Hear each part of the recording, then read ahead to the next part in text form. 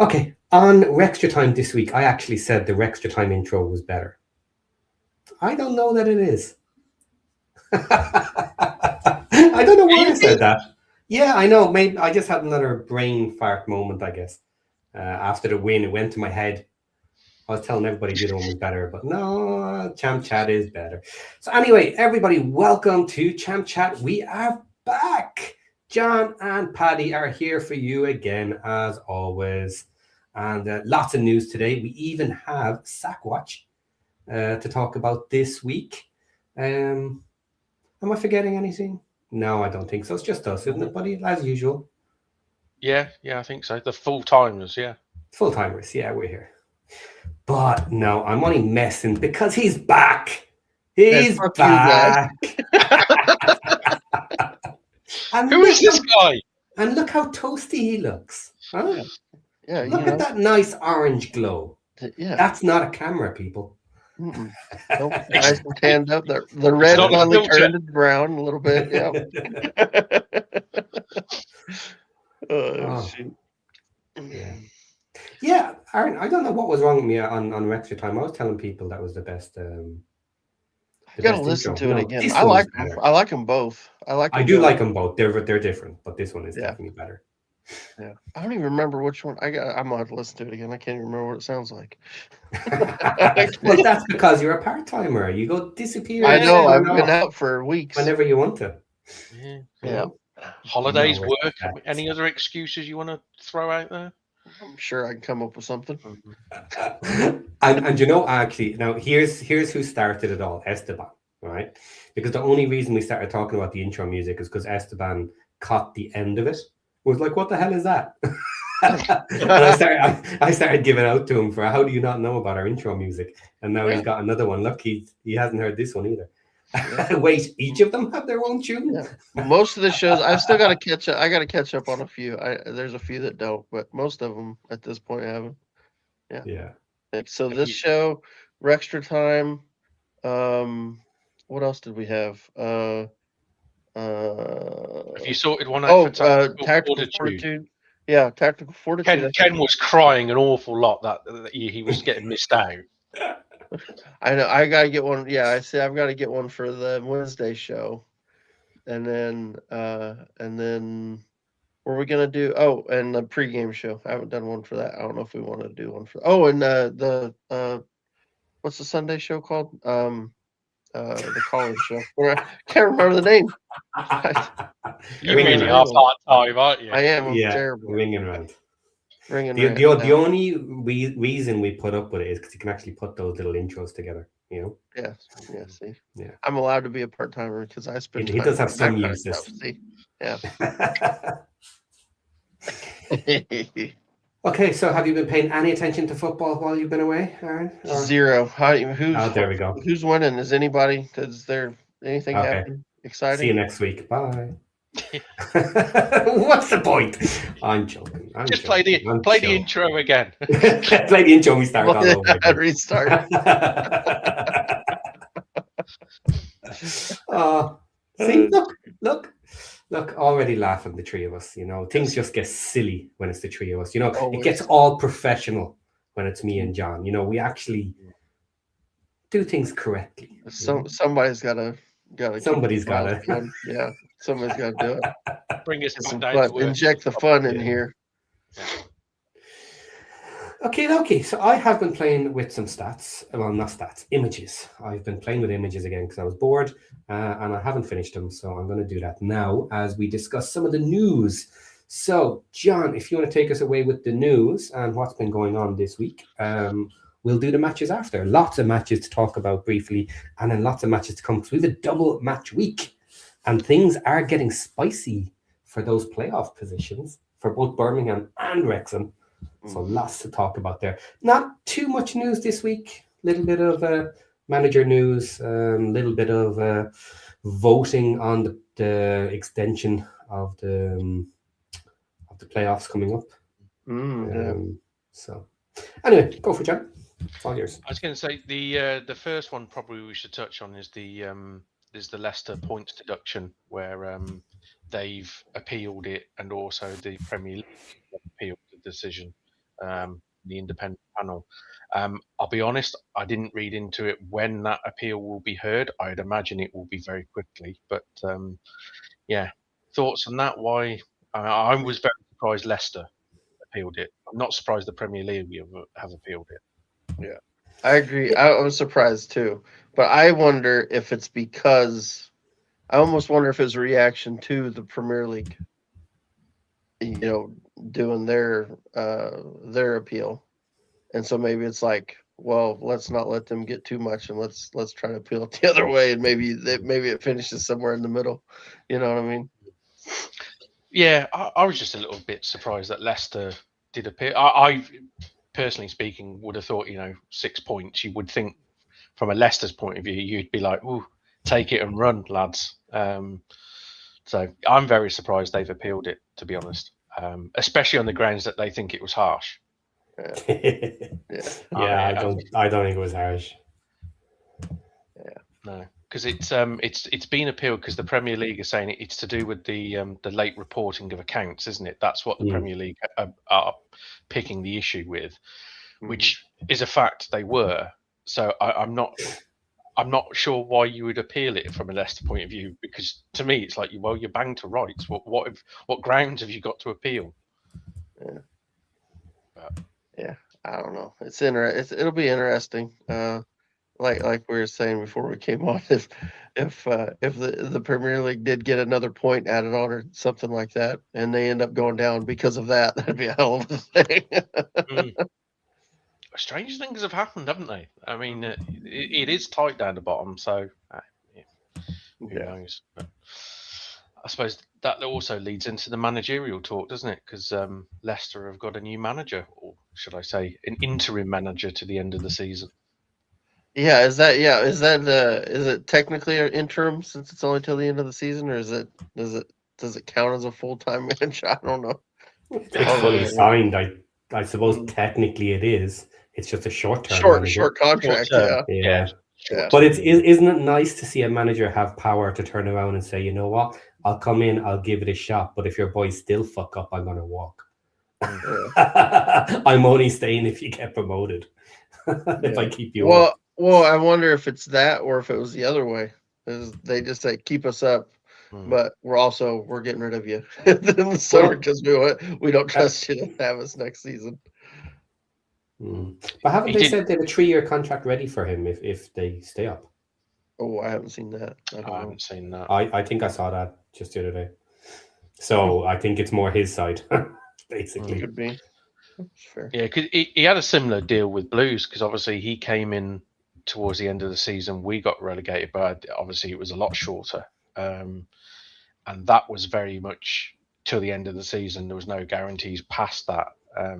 But I bet you any money, because it seems, I was talking to somebody the other day, Rowett is starting to become a bit like Warnock for me, where he seems to be, the last ditch, quick, go get Gary Rowett to survive sort of manager. And Warnock was very keen to do the same thing and sort of only work a couple of months towards the end of the season. I'm betting he's doing the same, Rowett this is, and probably putting some serious bonuses into his contract that if he keeps Leicester up, I bet he gets paid a wedge. Because when he was brought on as Birmingham manager, he equally had apparently huge bonuses lined up if he kept us up. So short-term contract, but I bet his bank balance is gonna do well out of it. Put it that way. Yep, for sure. And then who was the other one that came in? There's another one, new one. Michael O'Neill at Blackburn. Yeah. Yeah. Which I mean, they did good. They've done good since he came in. Got a win on the weekend, right? Yeah, they won on Friday night, didn't they? That's right. It was a Friday night game. In the Lancashire Derby, or whatever they call it. Lancashire Hot Pot. Yeah. To be fair, I've never rated O'Neill that highly, but he's always done a solid job. If you know what I mean. He's a steady pair of hands. I'm a little surprised he's took it. I'm not going to lie. I mean, I don't think he's destined for big things, or he could command, ridiculously high-end jobs. but you've got to be some sort of, I mean, with the issues with Blackburn off the pitch and the position they're in on, this season, I'm surprised he's gone there. If you get me. Mm-hmm. Yeah, that's interesting. Yeah, I don't know. It is a weird job. So it's that job that's like you're never gonna. It doesn't seem like you're ever gonna get the backing that you need to really push on. But then somehow, like certain managers can make it work there. So I mean, obviously not gone so well this season, but yeah, I don't know. They're a weird one. Yeah, I mean, he did okay at Stoke. He did a pretty solid job at Stoke without pushing them on, which up until that, until this season, Mark Robbins, no one's been able to sort of push on with Stoke. So now I'm just a little bit surprised that he's took a gamble on Blackburn. If he wanted to get back into Championship management, I would have thought he might have just left it till the summer and he could have picked up somebody a bit more stable behind the scenes. But I suppose you don't know when the phone rings. You don't know, do you? So yeah, that's yeah, I don't know. Another one we didn't talk. Maybe you guys have already covered this one. Did you guys cover Edward Steele still at Watford? Did you guys talk about that since I've been gone? We did briefly when he first got appointed. Okay, I wasn't we sure. mentioned it, and we had a look at his history and stuff like that. But I guess we can talk about him a little bit with results so far, because 2 matches down now, is it, or is it even 3? Yeah, I think so. At least 2. Yeah. So they're in their last 2. They won. I mean, they won on the weekend. They beat Derby, and then prior to that, they had a 2-2 draw with Preston. So 2 pretty good results there for them. I don't know when he came in though. I don't know if he was there for the Southampton game or if the Preston game was his first game in charge.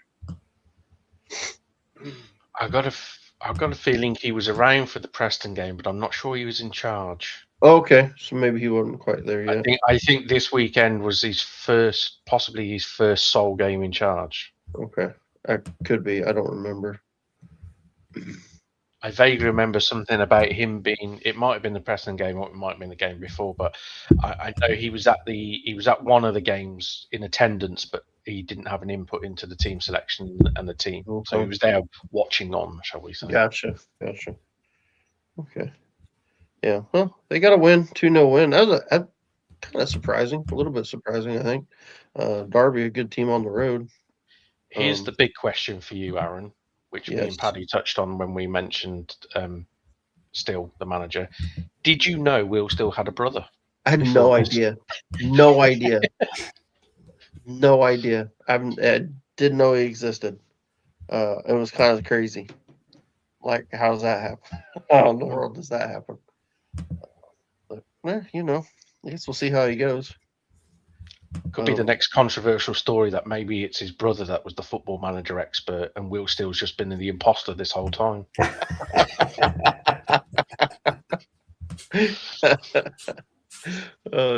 could be. Well, since we're on managers, is there anybody else you want to talk about, or you want to go to talk a little sack watch? I don't think there's been any other managers in between, have there, to be fair? I don't think so. I think we've got it. So I guess it is, what's the name? Now I'm blanking on it. I just said it a minute ago when we were off air. Mr. Ramsey. Yes, Ramsey at West Brom. They're in trouble. Not won a game since he's came in. No, and every single highlight and clips I see of West Brom games, there is a fair proportion of the West Brom fans chanting, "Eric Ramsey, your football is shit," in nearly every single game I've seen, which is never a good sign. That your own fans are basically singing this. Try to figure out when he came in. Figure out what day he got appointed. think he's been there for 8 or 9 games now. I think they've scored like 2 goals since he's came in. It's something like that. I'm gonna double check. I'm gonna try. It's something close to that. Like they've not scored anything. It's really bad. But then again, I mean, I must admit, I don't watch MLS football. Never have. I don't know if we've got anyone in the chat that ever watches MLS football, but Ramsey had he had a reputation at his MLS club of playing quite defensive, low block football, which just I think he's tried to sort of copy, and it just hasn't worked. Yeah. I mean, I've seen a few of them, and obviously being from the Midlands, you know, certain radio stations, local radio stations you listen to, and they have phone-in shows and stuff. There was an ex-West Brom player who was talking about, I think it was after the Coventry game, and he was basically saying that he thinks the manager needs to be changed before it becomes really too late. And they were sort of saying, oh, you know, it's only been 8-9 games. Are you really saying that a manager needs to go? And he said, and this guy said it, and he said it quite bluntly. He said, since he's come in, there has been no ambition to win a game of football in any game that he's seen him set up this West Brom side. He said every game is just merely survival. Yeah. He said there's no impetus, there's no urgency, there's nothing. And it's like, well, you know, to survive this relegation battle, you're going to need to win some games. Yeah. And they do not look like winning a game of football right now. Well, if it's 8 games, which I think it is, the thing I found said he's gone 3 draws and 5 losses since he came in. His first game they lost 2-3 against Middlesbrough. So he got 2 in that one, and then he's only scored 2 goals since then. So 2 goals in their last one. 2 and 7. 2 goals in 7 matches. They're in trouble. And then we did have a question I wanted to address. I'm not even going to try to pronounce that. But 4749. What's an MLS? It's a League 2 with Messi. And that's being kind. Yeah, for sure. At least that's my take. Although I will say it. I watched a couple games this weekend when they kicked. That was their opening weekend, and I watched some games. And to be fair, I actually saw a couple pretty decent games. The football it looked a lot better than what some of the crap I was watching last year, to be honest. So wasn't too bad. I think it's getting better. Maybe that's the takeaway. Do you think West Brom are the one team at the moment? I mean, I look at, I know Leicester in the bottom 3, but for me, I think West Brom look nailed on right now. Mm-hmm. They're looking really bad. So, yeah, I agree. Right now, I think they're probably the favorite for that 3rd spot, or for the 3rd one to go down. I think still probably say just because of the points, it's probably Oxford. Oxford are probably the most people would say they probably stay down. They go down, and then I'd say West Brom are probably the favorites, just on form. But here's my question: who do they bring in? Who do they go get? Like if you're gonna make a change, I mean, you mentioned the name, and I almost laughed. But Neil Warnock. I mean, seriously, do you think you'd do it? Is that a guy you go? I mean, is it that desperate? His name has been bandied around locally up here. Really? I don't think he does it. I think he's quite happy to accept the retirement position. I never say never. I mean, if they were willing to throw silly money, I'm sure he would take it. I just don't see West Brom throwing silly money. I don't think they're in that sort of position. I mean, gosh, a relegation would be that'd probably hurt them a lot, though. I mean, that'd be financially ruinous, possibly. I've had. I mean, obviously, being from where I am, I have a few baggies, mate. So I've been Right. having a bit of banter. Mhm. I've been sort of, down to League One. I'll, send you a map of the, how to get to Lincoln. But I never truly believed they would go down. If you see, it was always Yeah. tongue in cheek. I looked at the league table after this weekend, and I thought, who goes down instead of them if it's not them? And I was looking at it thinking, well, Leicester have just got Rowett, and Leicester are still player-wise Yeah. in a false position because of the points Right. deduction. Blackburn have just got O'Neill and have straight Mhm. away won a game of football straight off the bat. Mhm. Portsmouth seem to have turned the form around and actually Yep. are doing some decent. We all know about Norwich. Charlton are probably a little bit too far away, but it's Charlton are still picking up points. I start Mhm. looking at it thinking they have to change that manager because if they, they're going down. Let's make no bones about it. I agree. I completely agree. Like I don't think I mean looking at it like you look at the table. I mean, Blackburn right now they're 4 points above West Brom, which 4 points in a bottom three battle. Yeah, there you go. 4 points in a bottom three battle. That's a long ways. That's a lot to make up because it's not like you're winning every week anyway. A win's massive down there at the bottom. So I mean, yeah, like you said, Rowett in at Leicester, you got to think they're going to kick on.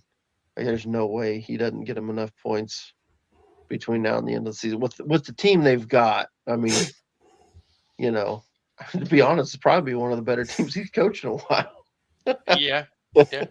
As far as players, there's an argument to say it's probably the most talented squad he's ever managed. Yeah, as daft as it sounds. Yeah, for sure. So I mean, who knows? You'd think if West that team out of there. If West Brom weren't doing so badly, I'd love to see Leicester have a real battle to try and escape this situation. But look at how badly they're playing. Draw, loss, draw, loss. Yeah. You know what I mean? Leicester is going to pull a couple of wins out of their RCO soon, surely. Yeah. If they don't, they really deserve to go down. I would love them to end up there.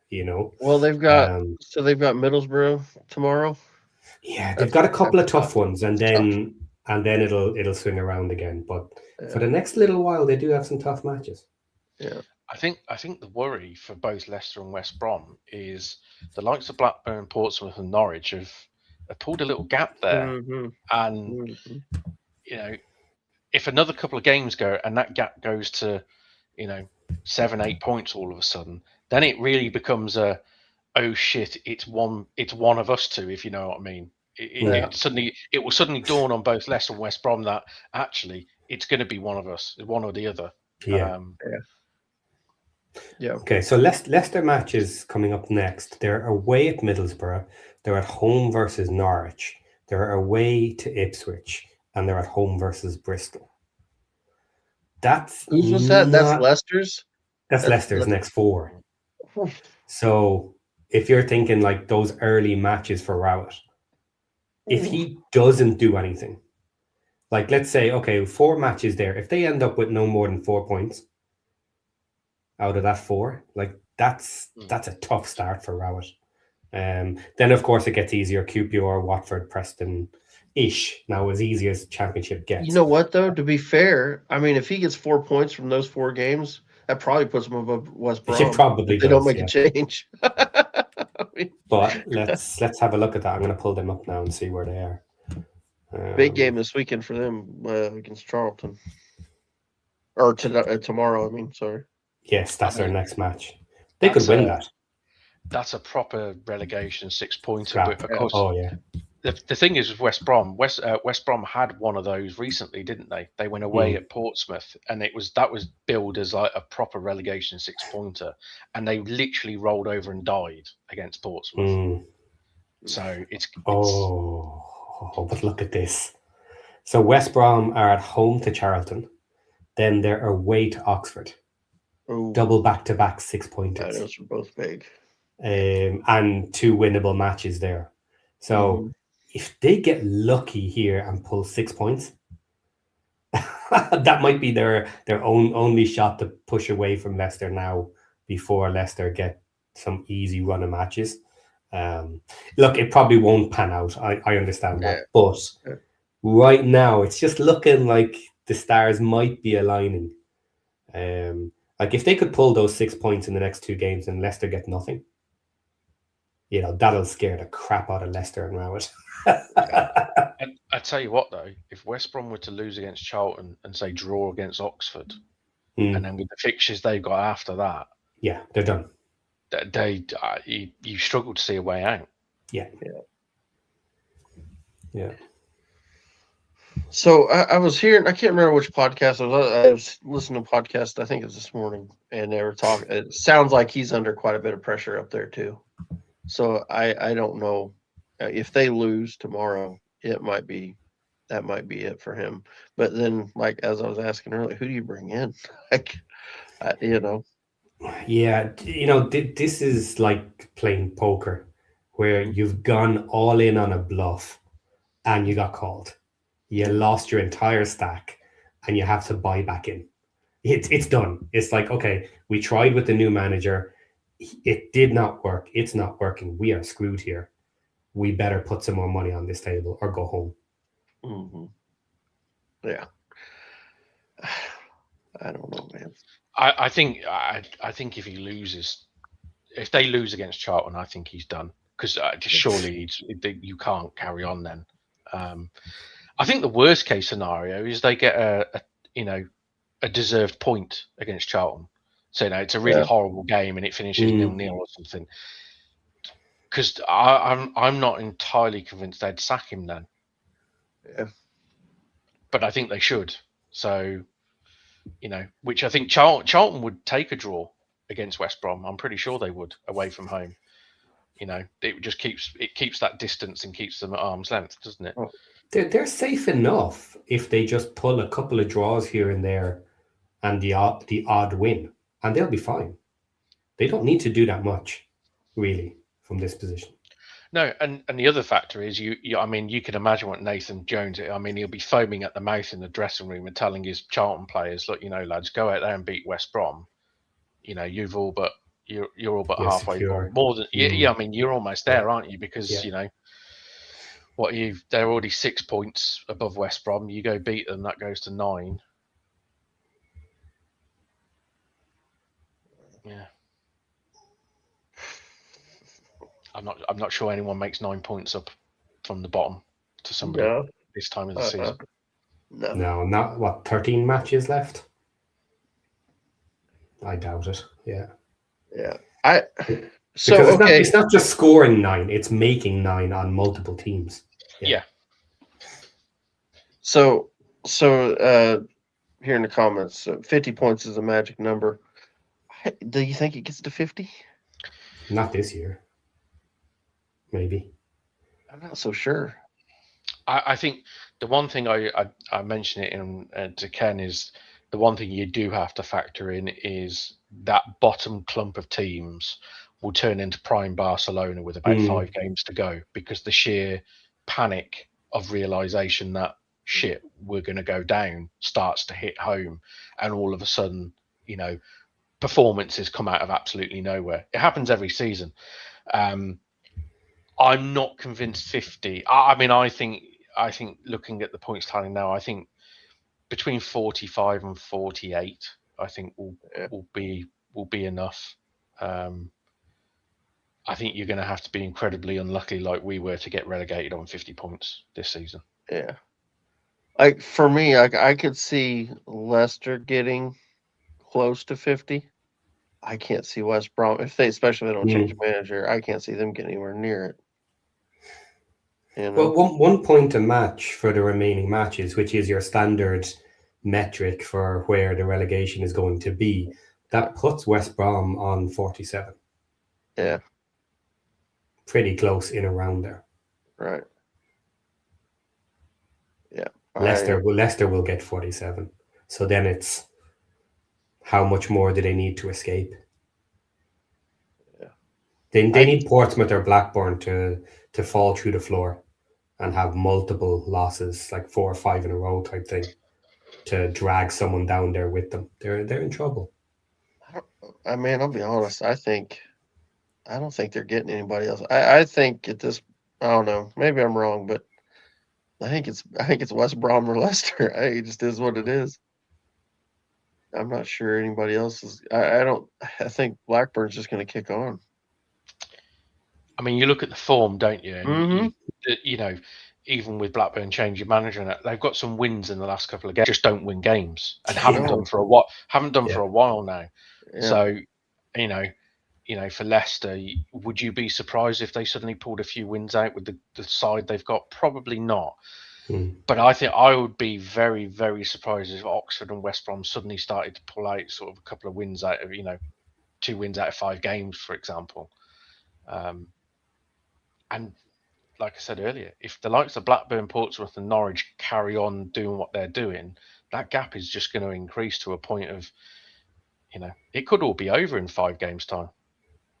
Yeah, it's an interesting one. There's a very big possibility here that this is not going to go down to the last 2 matches. It could very well be done and dusted.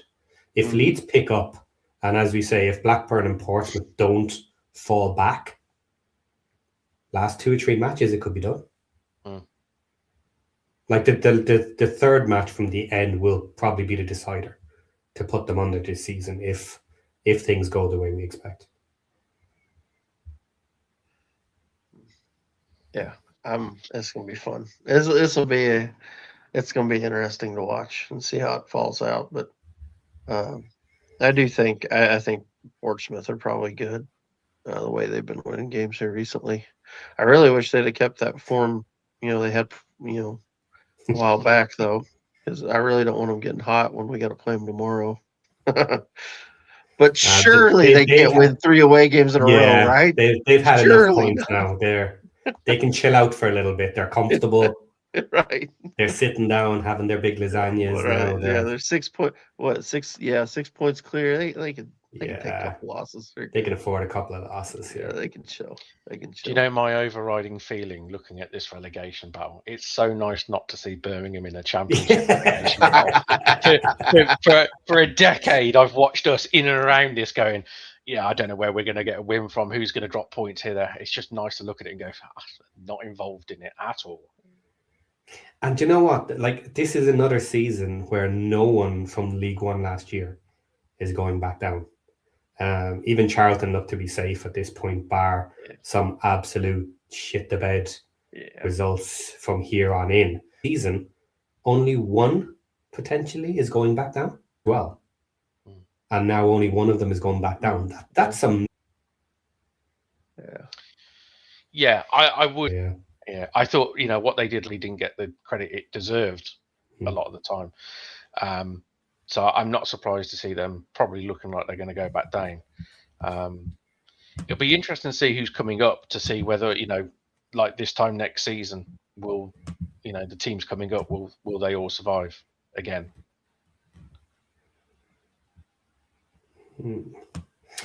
Just looking at it here, Oxford ended up on 53 last season, and the cutoff to go down was 49.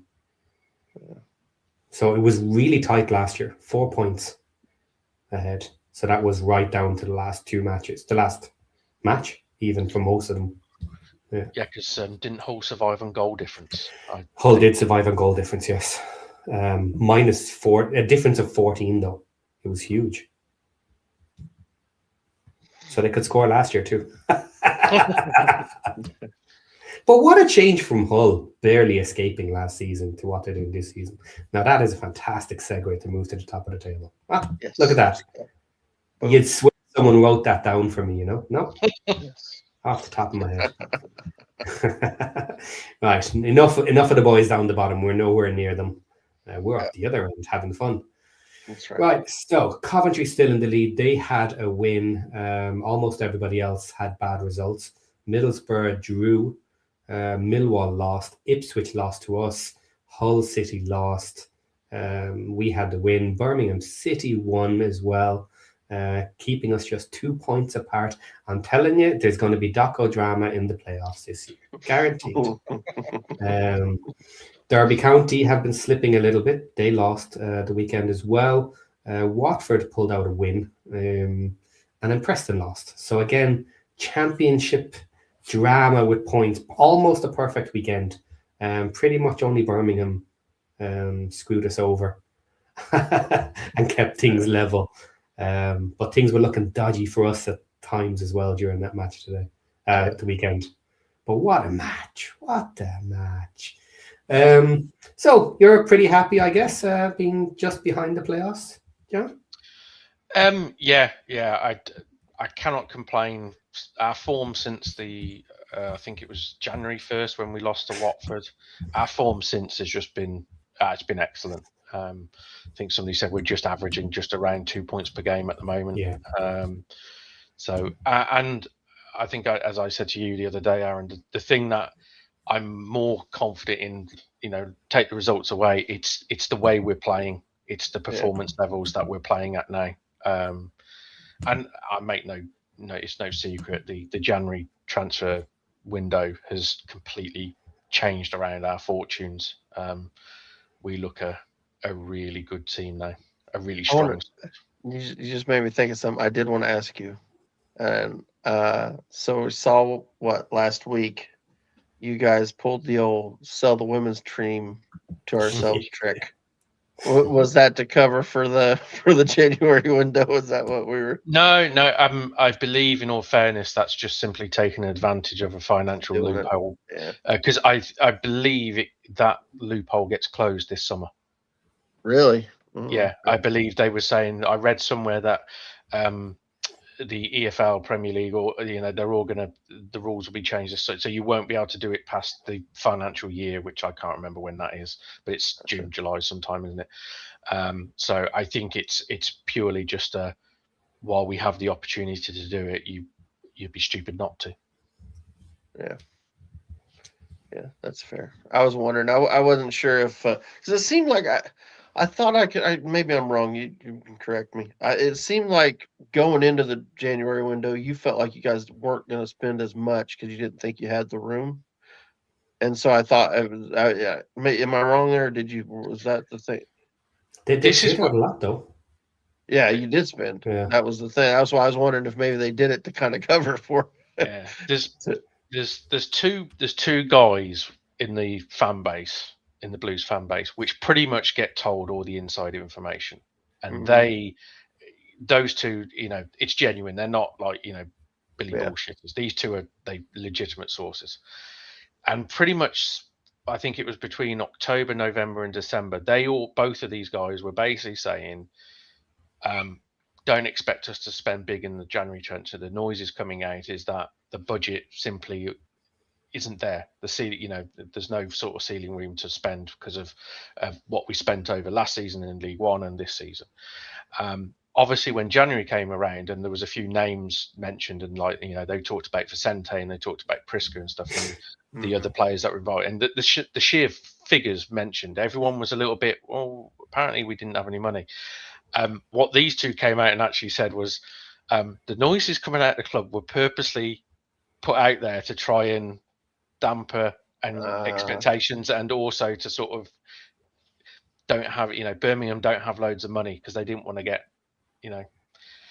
forced down their throats big figures and stuff like that. So it was apparently, by all accounts, it was very much of a shall we say, a bit of fake news purposely put out there to try and not necessarily dampen expectations, but more of a, not to, the media won't jump on the bandwagon or Birmingham will spend again. So, yeah, I mean, we spent, but I mean, we didn't spend like 10, 15 million quid on players sort of thing. I actually think we made sensible business, which I suppose they would argue that maybe putting out that fake news may have worked because we didn't get charged ridiculous prices for certain players. Yeah, fair enough. Yeah, I saw that what was that last week? You guys did that. That's what I wanted to touch on. I was curious what you. Yeah. I mean, I know that I hold my hands up. I don't follow women's football. I have no Right. interest in it. I know we're in the WSL2, so the one below the Women's Premier League. Our owners have pumped a lot of money into it, and they want to get promoted back to the Women's Premier League. I think we're third or second or something like that. We're in and around it, and we, by all accounts, should go up because of the amount of money. So, and of course, they see it as there's money to be made. I don't understand it myself because I don't think there's an awful lot of money in women's football personally in this country anyway. But I suppose the thing is, while you're a sort of a club second rung from the Women's Premier League, the women's team no doubt has a value. How much? I have no idea. I haven't actually seen the figures of what they've sold it for either. So I have no idea actually how much it's essentially made, shall we say. Yeah, the articles didn't seem to specify actually. Not that I've seen anyway. There's a few interesting sort of minor shareholders. Did you notice? Obviously, there's Karen Carney, who of course is she's a Blues legend, ex-captain of the women's side and all that. But then there's the ex-tennis world number one. Is it Kim Clijsters? Yeah, she's apparently a minority shareholder. I remember reading that thinking, okay, that's a bit left field. Right. But yeah, no, I like I said earlier, I think it's just very much of a taking advantage of a loophole while that loophole exists. Because once this summer comes around, it looks like you won't have that opportunity. So, if you're smart finance people, hey, if others have done it and you're able to do it, then do it. Yeah. I just had a quick look there about your youth academy. I was wondering were you Cat 1 or not. And what it's saying here is you got it back last May. Yes. When you came up. New audit was done. They checked everything out. You had invested quite a bit and you gained it back after losing it in 2022. Yeah, it was a bit of a farce originally because that was under the Chinese ownership. We managed to get Category 1 status, even though back then no one actually thought we were going for it because we weren't spending money on anything. So why on earth they suddenly decided to spend money on the academy out of nowhere was a bit of a confusing one. I think it was something daft like we got Category 1 status, and then there was the audit because you get audited every year to sort of to regain or you lose your status. And I think it was like 3 weeks before the audit was due to take place, a story came out that actually said there was no money inputted into the academy. We're going to lose Category 1 status, even though we only literally just won it for one season. And then, of course, Bellingham was, Bellingham had just been sold, or he'd been sold the season before, and they were announcing that actually the Chinese ownership were going to close the academy down. It's like you've gone from Category 1 to spending all that to get it, to losing it potentially, to now actually just potentially closing the academy completely down. They didn't thankfully close it down. It went back down to Category 2 status. But to be fair to Nighthead, as soon as they came in, they said they wanted to get the Category 1 status back. But I'm not going to lie, it's expensive. Yeah. I think that I mean you're talking millions of I think it's between 5 and 8 or 5 and 10 million per year just to essentially keep that, because you get audited on absolutely everything. I remember reading an article in the Athletic about it, and it's an obscene amount of things you have to adhere to get the top status. It's what everyone does these days. Everyone wants Category 1 academy down. Wrexham is still Cat 3. Yeah, but you're starting from ground up though, aren't you? Yeah, we're kind of. Yeah, we are. Yeah. Oh, okay. Okay, So what do we think about this playoff race? Hull dropping out and us two getting in? That's what I think. Yeah. Hull are doing well though, but yes, yeah. I think that's what we got to be after. That's what I'm hoping for. I've got my eyes on third place myself. Third? Well, you got some points. You got to go on a hell of a run, get third. Well, if we beat Millwall, on Wednesday, we go 4 points behind them. If you beat, okay. Is that right? Yeah. Okay, that's fair. Yeah, there's multiple matches coming up for all our teams where we're going to be playing each other soon. So that's going to be significant change on those. It's like I said to Ken last night. I'm just not sold on Hull or Millwall. Hull more so because, of course, I think their form is, like you said, draw and 2 losses. They've been a little bit iffy. Millwall have never convinced me all season. Me too. I mean, agree. they look a solid and difficult side to beat, but for me, plus 2 goal difference to me suggests they win a lot of narrow games. Yeah. Which then means you can easily lose a lot of those narrow games if you go on the wrong side of it. So I'm like I said, I'm not 100% sold on Millwall. I think Ipswich will definitely be in there. Yeah. And then, when you take their two games in hand into account, I mean, they're going to be. I will say, and I didn't see I don't think anyone saw your result against them coming over the weekend. But the thing that I was really surprised about, which I heard on Sky when they on Saturday evening, Ipswich's away form is pretty damn average. It's like 14th, 15th in the league, which I was really surprised to hear. And I was sat there thinking about it, thinking, well, if that form continues between now and the end of the season, they're not getting automatic. Because I don't think they will at this point. I think I think they're in trouble. Yeah. As far as that goes, I don't think they're getting in the automatics. Middlesbrough or Coventry, one or the other, would have to go on a absolutely horrendous run, I think, to get caught at this point. I mean, I know Borough are closer, but I they're both good teams. I don't think. I did the typical football fan thing of it's Ipswich, the squad and everything, and you saw them sort of third, fourth in the league. You just assumed they were just winning home and away, right? And then when you looked into it, and I thought I was really shocked when they sort of said, "Oh, they got the 14th best away record in the division." I just thought, well, if your aim is automatic promotion, that they ain't going to cut it. That really isn't. So they've got the second best home record. And then, but only the like you said, 14th away, which is it's pretty crazy actually. It just I was really shocked when I heard that, if I'm honest. But like I said, I mean they're not going to drop out the playoffs, but I mean I just look at Hull, draw, loss. They need to turn that around next game, because if they drop points again, it's a trend.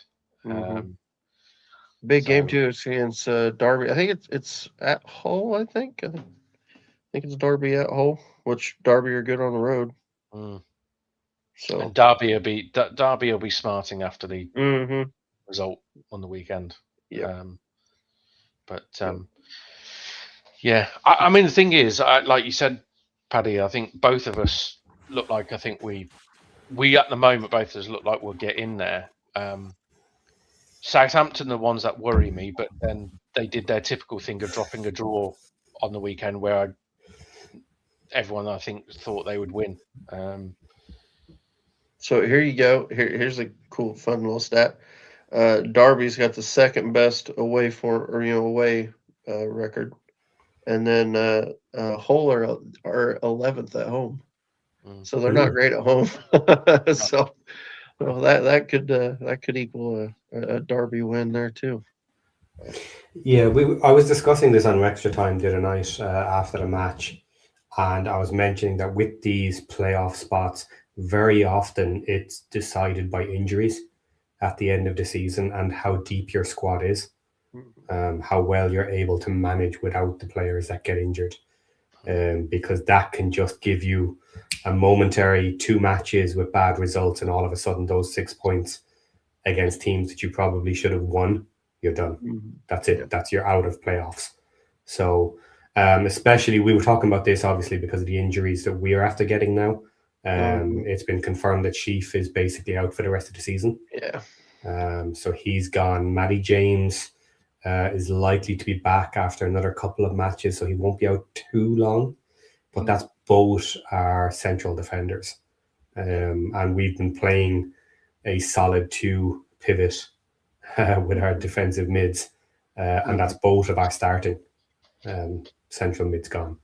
Now we did pretty well after he went off. Obviously, we ended up doing 5-3. Lewis O'Brien sat deeper and looked amazing.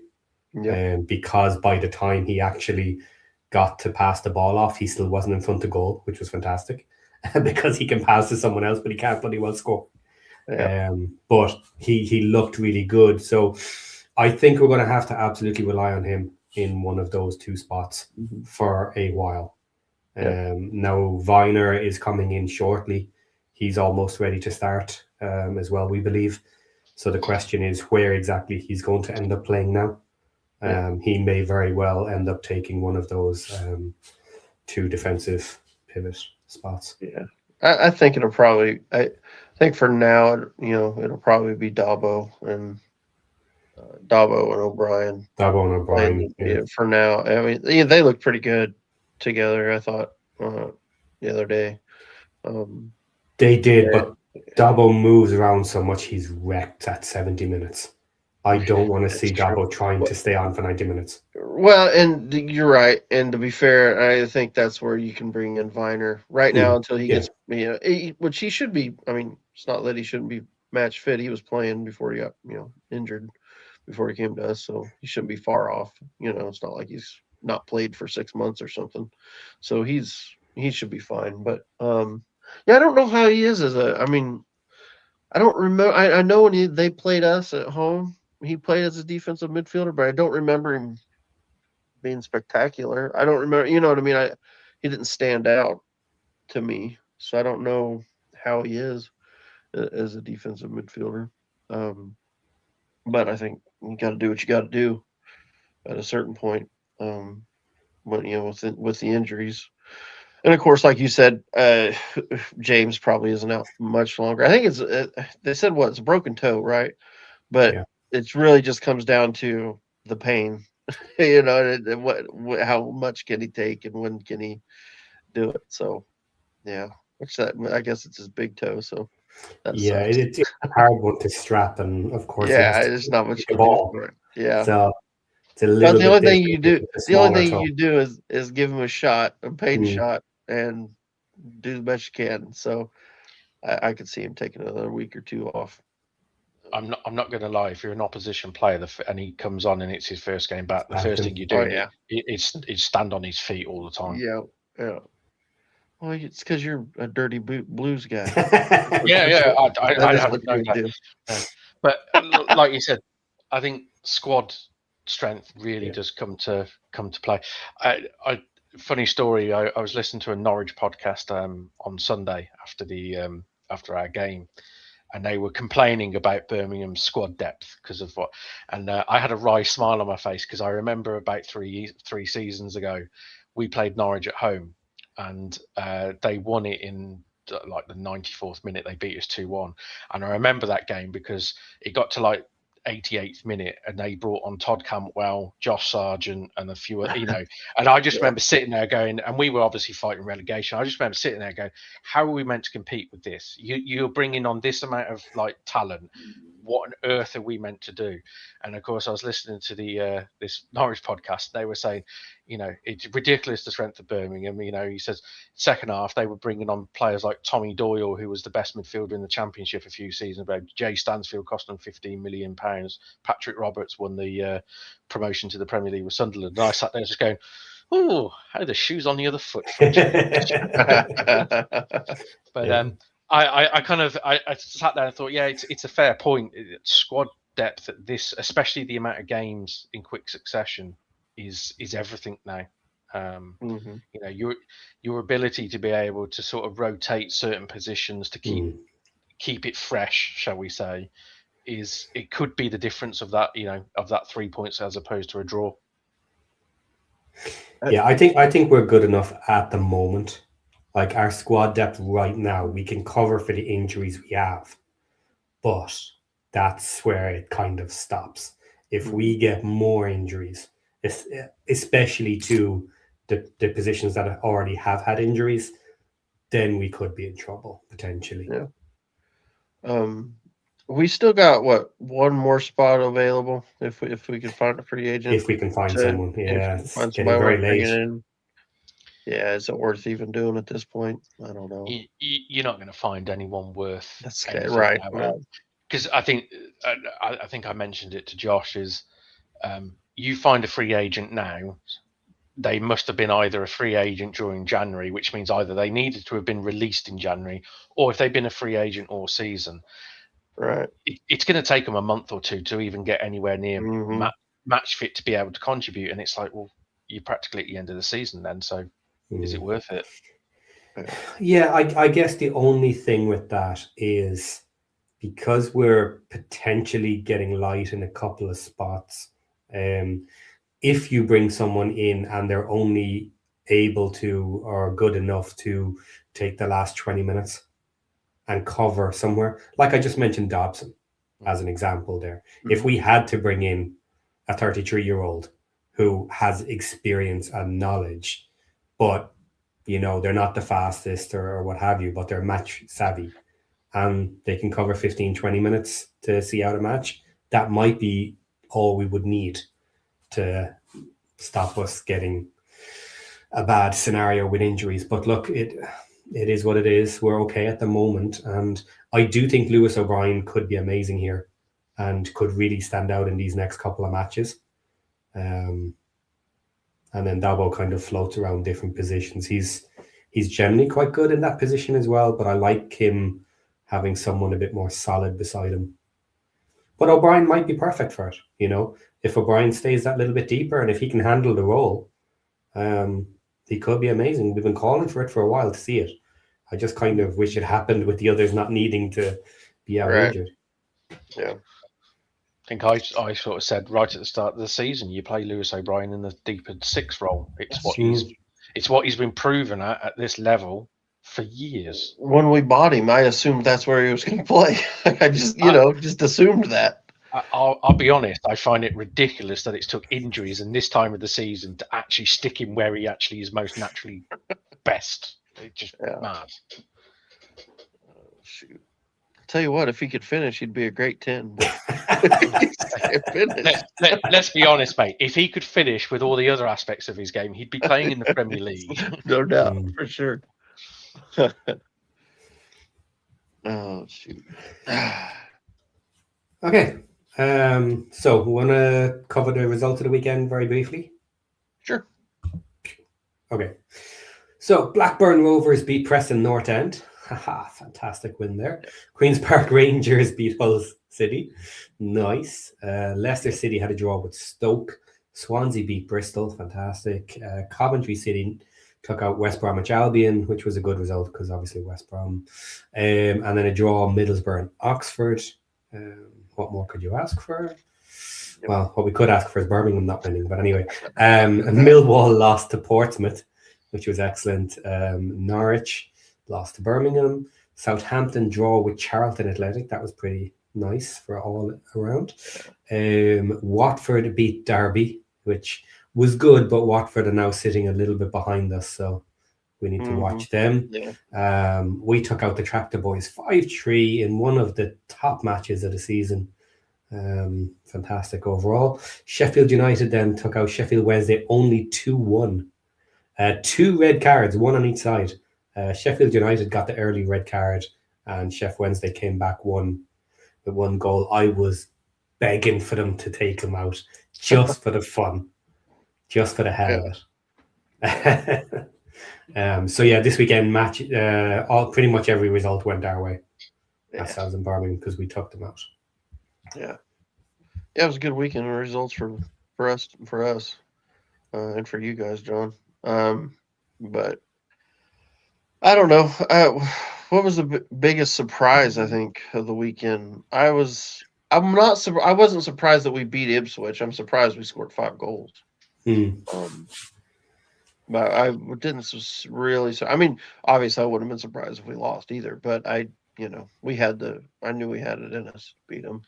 I don't know. Honestly, probably Portsmouth 3-1 at Millwall's probably that's probably the.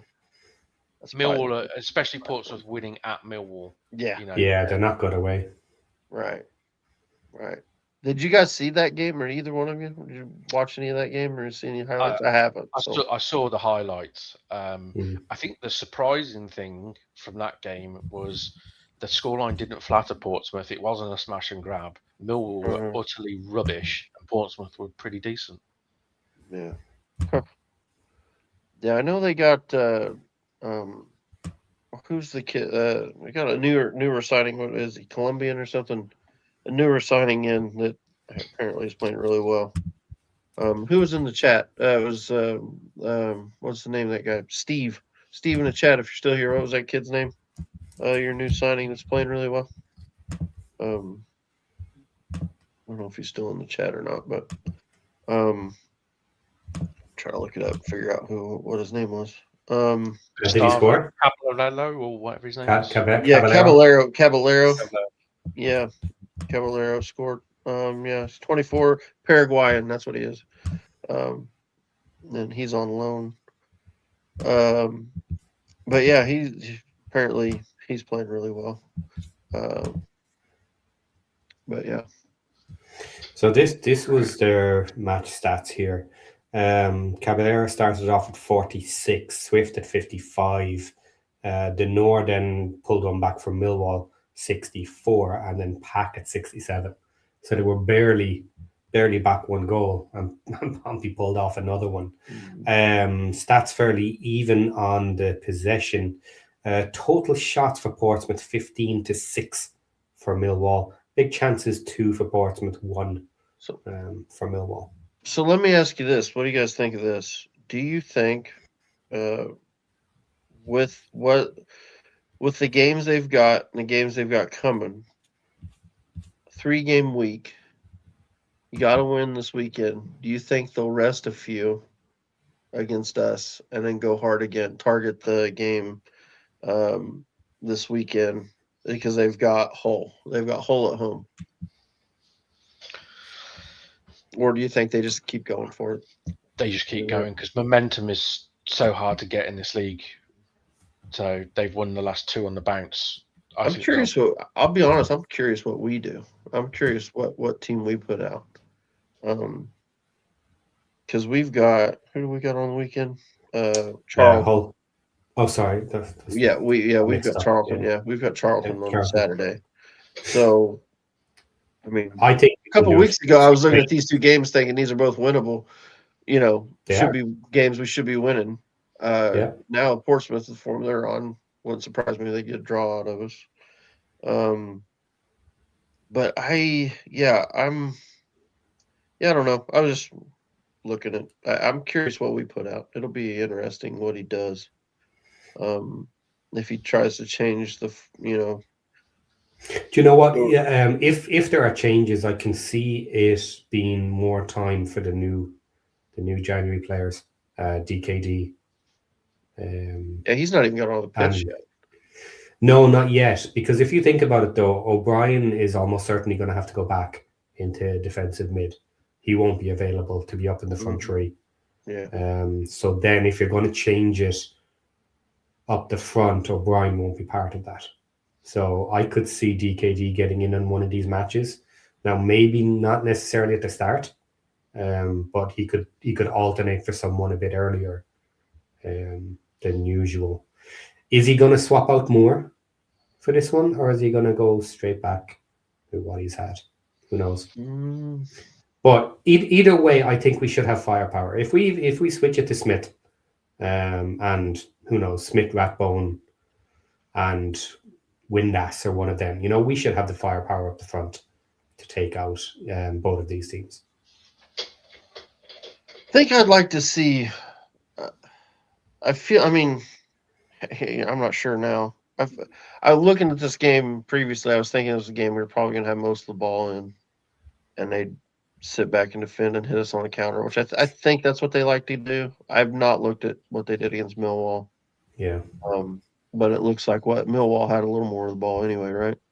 So I assume we'll be sitting, or they'll be sitting back defending. So I think if that's the case, I think I'd like to see Broadhead and Windass, the 2 10s. Yeah. where two guys that can both make that killer pass and then can both score. And probably Kiefer. Honestly, I think I'd rather have Kiefer in because I don't know that the runs behind are going to be as important as having a big man who can deal with center backs. I think that makes more sense to me. So I'd like to see that front three. Yeah, I wouldn't mind Windass, Broadhead, and Smith. Just to have a bit of a change. Bring more on later. Bring him on for the last 30. Yeah, I know what you mean. I just don't know that. I don't know that they're going to come at I don't know if they'll come at us enough to really play to Smith's strength. You know what I'm saying?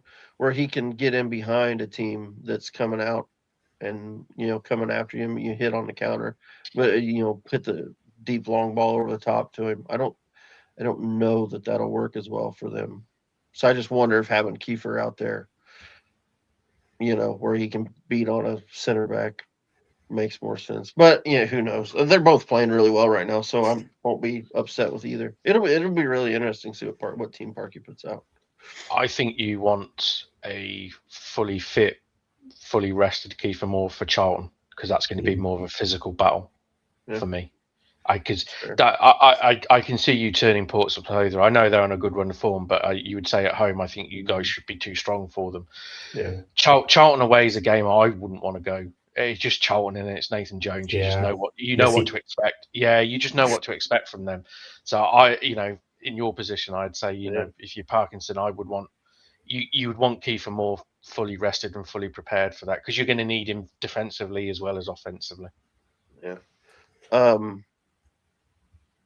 On that, I was just looking in the comments. Roger Scott, he's going with Arthur in goal, Max Heim, Doyle, Longman, and Thomason, O'Brien, Dobson, midfield, Broadhead starting DKD. I don't know if he'll start DKD, and then more. I don't think he'll start DKD without letting him get 20 minutes or so, as a run, before he puts a start on him. Has he got any minutes yet, DK? He's not played a single minute, not touched the field, which I guess apparently the Barnsley fans are losing their minds about because they've sold him and now he's not even playing. So yeah, I don't know. That's interesting. Yeah, no, he did play in the Millwall match for a short period. Did he come in? He did come in. Yeah, he did. Shoot, I totally spaced that one. Yeah, it wasn't long though. Yeah, that's fair. Okay. To be fair, I think I was on a cruise during the Millwall match. I might have missed it. Shoot. But yeah, that's yeah. So yeah. Okay, so there are two winnable matches for us. Who do you have, John? Who do Birmingham? We have Millwall away and then Middlesbrough at home. Ooh. Yeah, you got a tough little run coming, don't you? Not tough bothered. games. I'll be honest, it's one of those at the moment. The way we're playing, I don't care who we play. Away from home, Middlesbrough at home, I fancy us at home against anyone. The Norwich away and Millwall away was two games where I know a lot of people said, "Oh, we've got to win both of those to be." It's like, no, we don't need to win both of those games to be in the playoffs, or if we lose both of those, we wouldn't be out the playoffs either. I kind of thought, if we could win one and draw one, would be a fantastic return. I personally thought we had a better chance of beating Millwall than we would have done Norwich, purely on the basis the way that Norwich are playing right now. So to actually go there and beat Norwich first, I was pleasantly surprised. Yeah, it's an interesting one for us. On standard championship opinion is we need to be making points right now because we have a very tough finish to our season. So for me, we need to get up a couple of points. We need to get up maybe spots, but the spots don't matter. It's points from those behind us to stay above because we may drop some late points. Whereas with you guys then, you're playing well at the moment, so you can chance your arm against any team, see how you get on, and then maybe have an easier finish than us. So you could chase it in the last 5 matches if you need to. Whereas I'm a bit more worried we'll be kind of trying to stay where we are in the last 5 matches, and we play you guys right near the very end as well. I think we're like our 4th last match or something like this. So that could be extremely important for both of us. You could be trying to push your way in. We could be trying to hold on to where we are. Who knows how that's going to end up? But that could be really important for either of us there to see where we are near this end. Yeah, I mean, it's like you said. It's one of those. When I say I don't, it doesn't really matter who we play. It's kind of like, well, if you want to be in the top 6, you've got to be a good side. Yeah. So it's one of those where hey, I think everyone would love to play the entire bottom 7 and just pick up easy points. But realistically, if you want to be in that top 6 and in that playoffs at the end of the season, you've got to be a good side anyway. So. I think that the key that I like at the moment is we have a bit of a swagger about us where, like against Norwich, we played like a side that knew we were better than Norwich. We had better players and we knew it, and we started to sort of stick our chests out and actually play a bit of football and say, you know what, we're better than you and we're going to prove it, which we didn't do before January because we didn't have the squad. We had a good first 11, but you lost we lost Amari Gray for injury for 2 months, and it was like, we had nothing to replace him with. We had Keshi Anderson. It's just like, well, Keshi Anderson was brilliant in League One. Not so in the Championship. So, but yeah, I mean, it's Millwall away is always a tasty game, and I think we're the Middlesbrough home game it's a Monday night game. We're the Monday night football. So I think we're the last game of the weekend. So we might need to win to stay in touch, or we might need to win to get in there. Who knows? Yeah, similar with us. I'm not worried about us playing the better teams either. I'm just aware that we can lose to the best teams because anybody can. I don't mind playing them because we generally step up to those teams. Yeah, we play better against the good teams. We do play better against the good teams. It's these sort of middle of the road teams that I'm much more worried about. And just to be Wrexham, I could absolutely see us pulling out a couple of horrible draws in some of these matches and then winning a load of matches right at the very end with the toughest teams. So, look, it could be anything. I would just like the normal, easier, beat the middle teams, have a good battle with the top teams, and away you go. That should be enough. But, yeah, let's see. I think, I know we talked on Wednesday, John. I think I said I thought maybe 73 points was going to be enough. I'm starting to wonder if that's a little low for that 6th spot. I'm starting thinking about it, looking at things. I'm wondering if it's 75 maybe to get in the playoffs. Maybe the tide rises a little bit. I think if it gets any higher than that, I'm a bit worried for both of us. Yeah, because I think I heard somewhere earlier that on current form, you guys I think are scheduled to finish on 72. We're scheduled to finish on 75.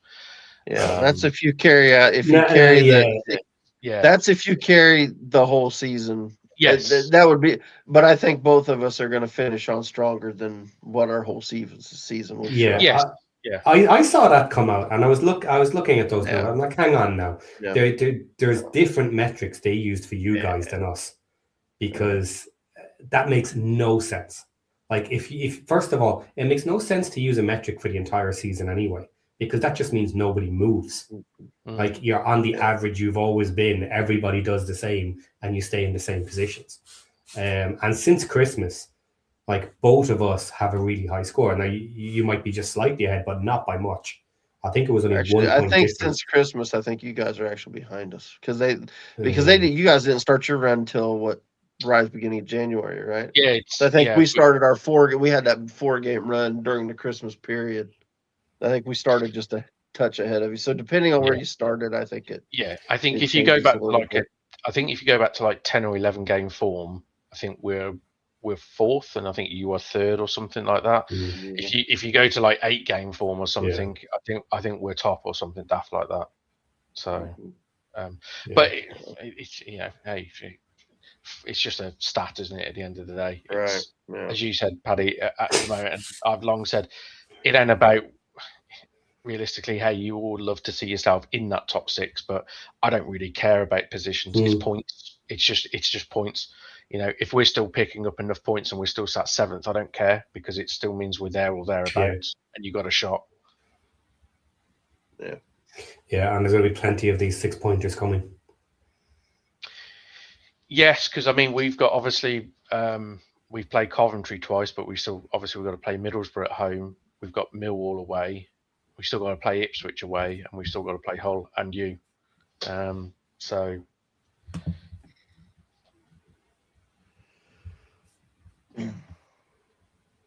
yeah, we have big ones. We have Hull still to play, and then coming up to the end, West Brom, you guys, Stoke, and then Coventry, Middlesbrough, right at the very end. So yeah, about 5 big teams from up the top.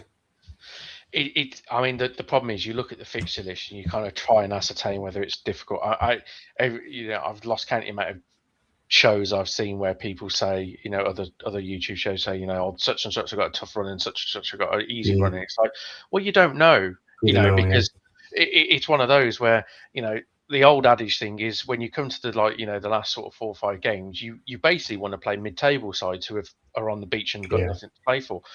Unfortunately, until you actually get to those 4 or 5 last games of the season, the way this league is so congested, you actually don't know who those teams are going to be. I mean, somebody might look at it and say, "Oh, you've got Stoke or Swansea, say in the sort of last final runs of the season." Who knows? They could get dragged right down the bottom, or they could go on a run of form which puts them in touch with the playoffs. That's why this league is bonkers. Yeah, and our last 2 being Coventry and Middlesbrough, there is a possibility both of them are safe. Yeah. In those last 2 matches, 6 Yeah, points. they may be both promoted. They may be both and too far away from each other to worry about the title. Yeah. You just don't want you don't want the title race going into those last 2 weeks. We probably want Coventry about 8 points clear, and then we're good. So. Okay. So will we have a look at the matches coming up? Double match week? Sure. Yeah. All right. Okay. So first up, we have Blackburn Rovers versus Press. No, wrong one. That's the wrong one. Yeah, that's the wrong one. We've done that one. There Right. We have Blackburn Rovers versus Bristol. Let's see if they can take that one out. Hull City versus Derby would probably be a draw there. Be the best result for us. Middlesbrough versus, now argue with me on any of these if you want. Middlesbrough versus Leicester.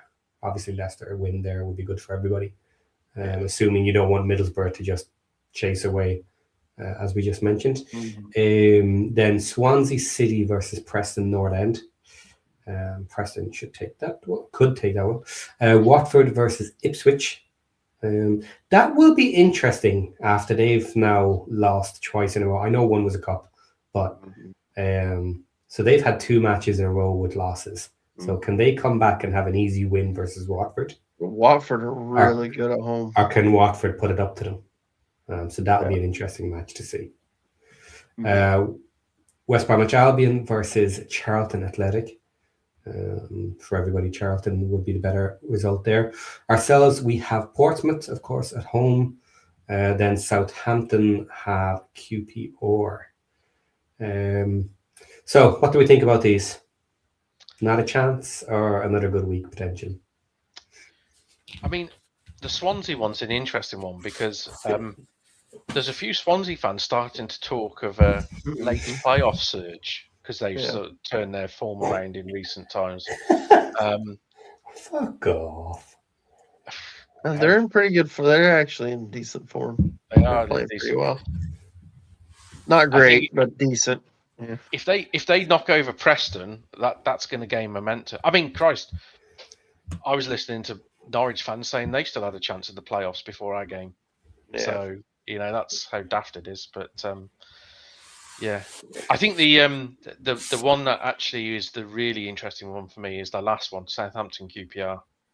Because I know Ken mentioned it. Me and him both sort of thought, you looked at the fixtures for Southampton, and I agreed with Ken. I thought, you could see them winning 3-4 of the next games because they've got some really nice fixtures. Yeah. They obviously drew on the weekend, which was a big slip up for them. They've got to beat QPR at home. I think that's a big game for them. They have to win that. Yeah. QPR is one of those teams that they can beat anybody too. They're so hit and miss. Like they show up one week and look like world beaters, and then the next week they look like the worst team in the league. So who knows what team you get? But yeah, I agree. I think Southampton need a win there. And of course, to keep QPR still think they're in the. They believe they're still in the playoff hunt. I mean, they're only, they're they're only not far off. Yeah, I mean, they're only 4 points behind you guys, aren't they? Yep. Mm. So just back to Swansea for a second. Would you prefer a draw then with Swansea and Preston? I actually think so. Yeah, because they're 6 points. Swansea are 6 points off us right now. It would put Preston on the same as Birmingham are on now, should they mess up. So it's one of these. Do you want two teams chasing you?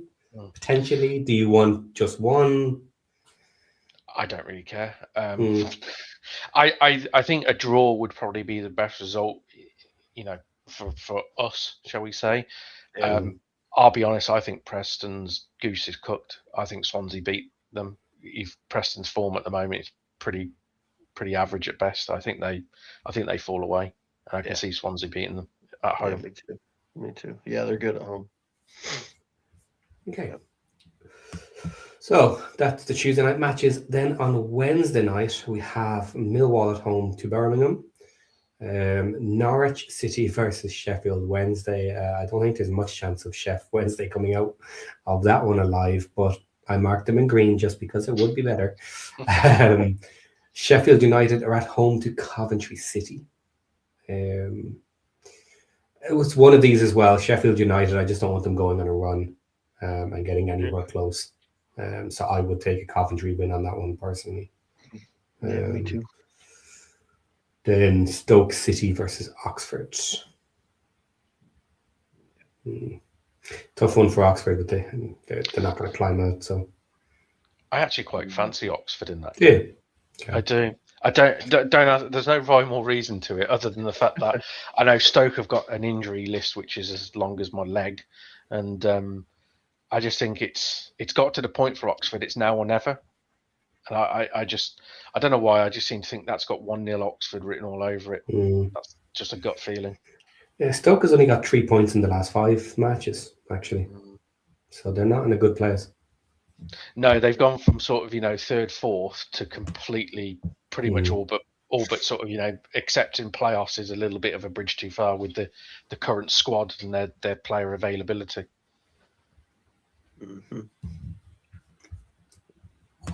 Okay, then that's our early midweek matches. Now on to the weekend.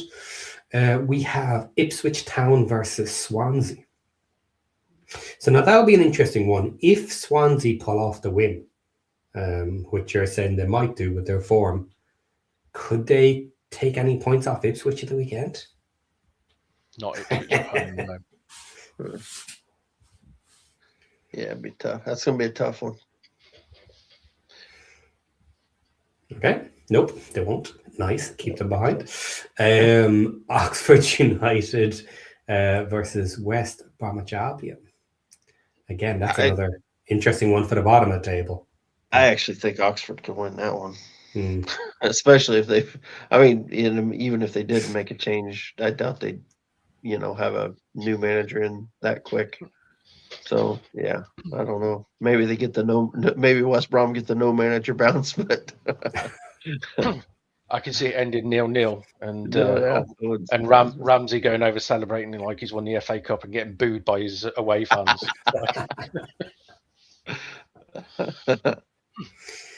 Yeah, it's going to be really bad for West Brom, isn't it, if they would lose these next 2?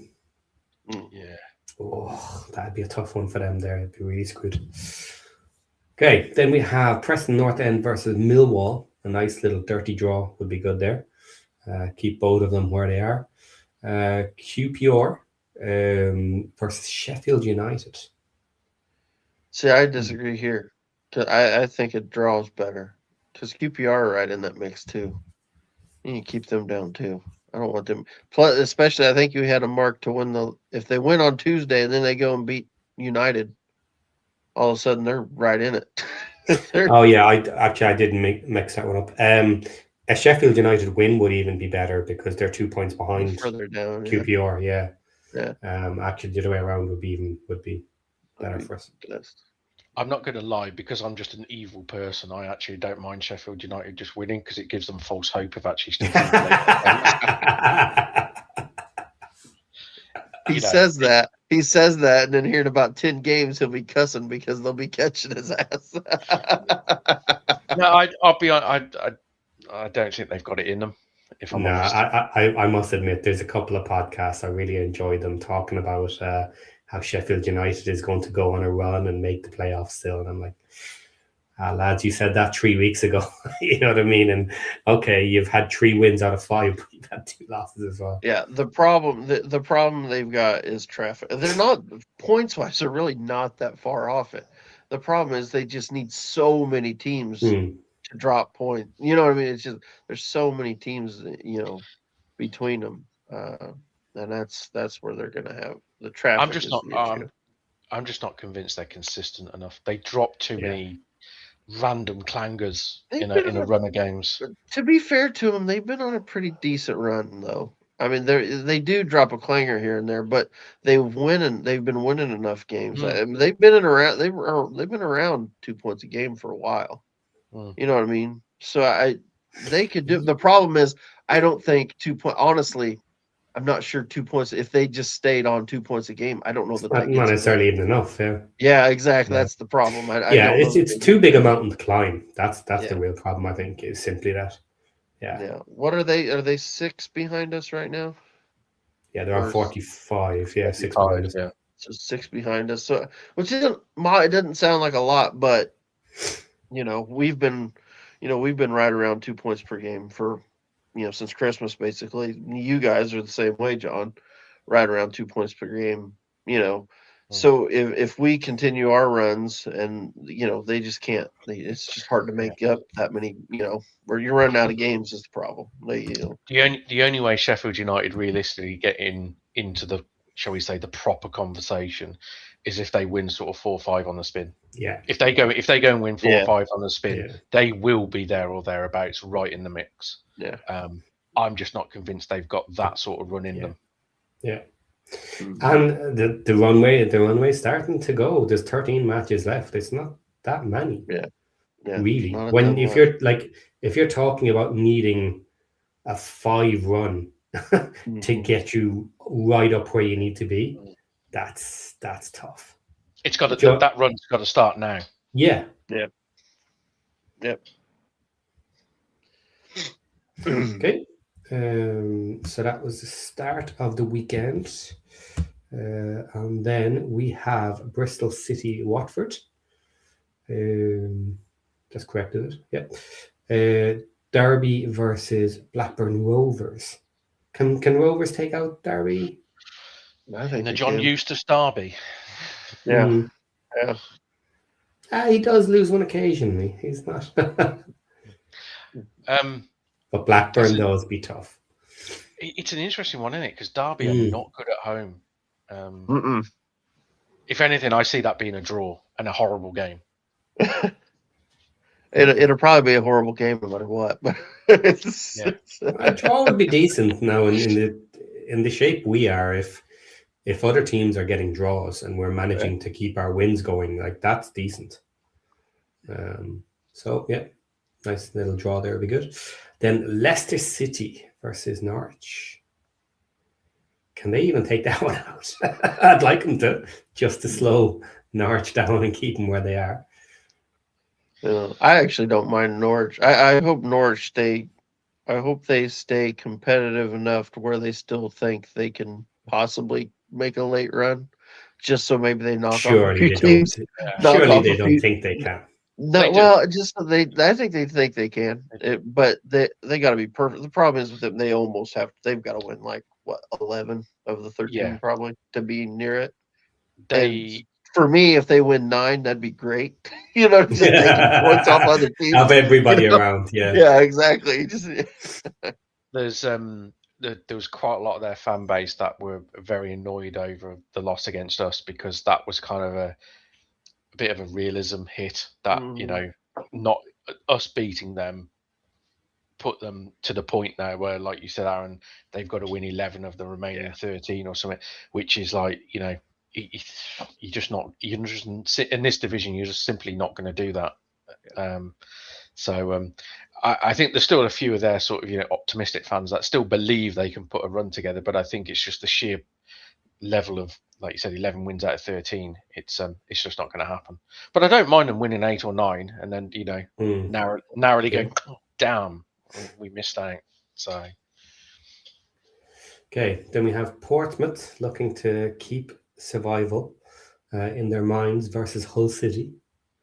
So just real quick on Norwich. So just to kind of hammer down on where they're at, if we say 73 is the number, which I still think might be low, but if 73 is the number to get to, they've got to they got to get 2.6 a game just to get there from that. It a ridiculous run. Like they're not going to go on that run. There's just no chance. So yeah, that's what they need to. Then and that's just to get to 73. If it's 75, they've got it's just that much more.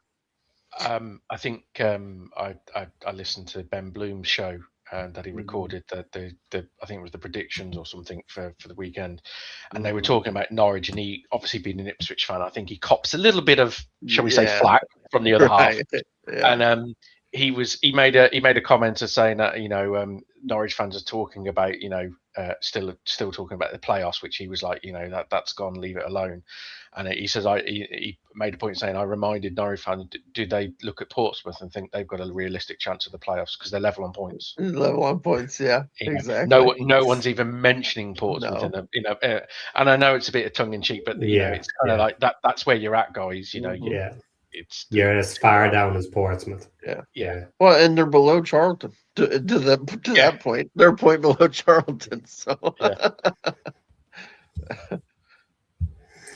Okay, so then Portsmouth versus Hull. Portsmouth at home are capable of a dirty draw. Yeah. Ugh, I watched that match when we were at their place. Horrendous match. That was too. You certainly picked it, didn't you? I know, that was bad. Hull are not bad on the road, though, are they? They're one of those. They're actually. They're better on the road. Yeah, they're like third best or fourth best or something on the road. Right, and then mentioning matches away, Charlton Athletic, which I was at last season, and that was the one where we pretty much dominated the entire match. Yeah, we gave it away right at the end. Then a fucking penalty. It was penalty right. There was a penalty call right at the very end. Penalty away. Yeah, with no time left. Back into a draw. Yeah. So you were talking about the physicality of it and stuff. Yeah, they're tough-ish when they play well. So it'll be a bit of a bruiser and whatever. But I just think we have Charlton's number, pretty much. So here's the question. Here's the question. Can Cody play? And should we ask him if he will play? Like, should we request? He has been playing very well for them. He has been playing very well for them. Well, I think he started well. I don't know if it was the last game or the game before. One of their fans was absolutely losing their mind. I think he said he was pissed because he was on whatever TV was Sky. He was on Sky again. Yeah, he was on Sky, and they were pissed because they got beat. And he's like, he said something about looks like he's running around hauling a trailer, so they hauling something hitched up to him or something. It was funny. I can't remember the exact comment, but he didn't seem too thrilled. But oh well. They've changed their style a little bit, haven't they, Charlton? I think the last day, because they obviously got Lyndon Dykes off us, and from what I understand, they're playing Dykes and Leeburn, who are both big units. So they're playing two up top, and I think Leeburn's like 6'5" or something, and Dykes is obviously a big bruiser, and they are literally just going uber direct by the sound of things right now. And it's just, I think they have two quick wingers or whatever it is. That when what are they doing? 4-4-2, 4-4-2, and who? It's something like that. The last couple of, I listened to a Charlton podcast, and they sort of said, it's one of these where they actually would prefer to put more of a little and large. A few of them sort of saying it becomes a bit too predictable having Leeburn and Dykes. You just apparently, well, according to if you trust FOTMob, they say it's 3-5-2, which with Cody at the base of the midfield three. But that one they had Campbell and Dykes up front. Campbell and Dykes up front, yeah. Which, you think you'd want Campbell in there if he's available. Just for somebody, some pace. I don't know. Be interesting. That'll be an interesting one for sure. Last one then, Coventry versus Stoke. Yeah. That'll be a tough one for Stoke. Yeah. Come on, Stoke. Yeah, right. Who knows? Yeah, I think Coventry seem to have turned the corner back round, haven't they? Yeah. Yeah, they definitely got things headed back the right direction. Looked like they were in trouble there for a minute. So I thought they were going to fall off. It was that Middlesbrough game, wasn't it? That was the killer. Beating Middlesbrough. If Middlesbrough had a chance, they had to do something against them. I remember watching it. I felt for Middlesbrough because I thought Middlesbrough probably shaded it as the better team on that. They did just had one of those games. Yeah. But no, I was kind of annoyed, to be honest. Yeah, good point, Rogic, in the chat. Onyeka has been really good for them too in the midfield. By all accounts, they're paying him a lot of money, so I'm not surprised. You gotta do what you gotta do if you want to get promoted. Yeah. Don't blame him. Yeah. Don't blame him. I was going through the other day. I'm already starting to look at summers. What could we do? And thinking, okay, well, if Coventry go up, who are they going to let go? Who's going to be? Who can we poach out of that team? Who can we get? Everyone. Yeah, who's not good enough? Who are they going to sell? It'd be interesting with Cov though, because they aren't particularly flush behind the scenes. So I don't see them going up and spending oodles of money and replacing, say, 11. They're not going to be replacing their best players. No, I see them doing a bit of a Burnley. Yeah, I think they'll probably bring in 4 or 5 and spend some decent money. But I don't see mass changes, and I see them going straight back down season after. But I think if you offered that, then they'd take it, wouldn't you? So. If they go up, do you think Frank stays with them, or do you think he tries to get a move to another prim job if somebody will take him? I think he stays if they go up. I think if they don't go up for whatever reason, I'm not sure he's there next season. Right. I think he believes he's a Premier League manager, all but in name, shall we say? Yeah. But wouldn't it be an interesting one? Because if they don't go up from the position they're in right now, that's going to be one hell of a drop for the end of a season for Frank to try and walk himself into a better job. I know he's done really well with the rest of the season, but to tank it right at the very end. Ugh. Yeah, and I'll be honest, I don't see them tanking it because I think as me and Aaron discussed. Not now. Yeah, not now. I'm less convinced Ipswich can bridge that gap, if I'm honest. Yeah, I think they're in trouble. I don't think they can get there. Do you know what though? It's an interesting one. I was listening to some of their players going not players, some of their fans going apeshit after the match and stuff, and a lot of their complaints. And I'm looking at it and thinking, they still have these 2 games in hand, and it's always one of those that people never take that into the equation here. And okay, you haven't played the matches, so you can't really count on any of the points. And of course, you can lose them both. But with the way they're playing and the average points they're getting, they would look a hell of a lot better if they didn't have those matches cancelled on.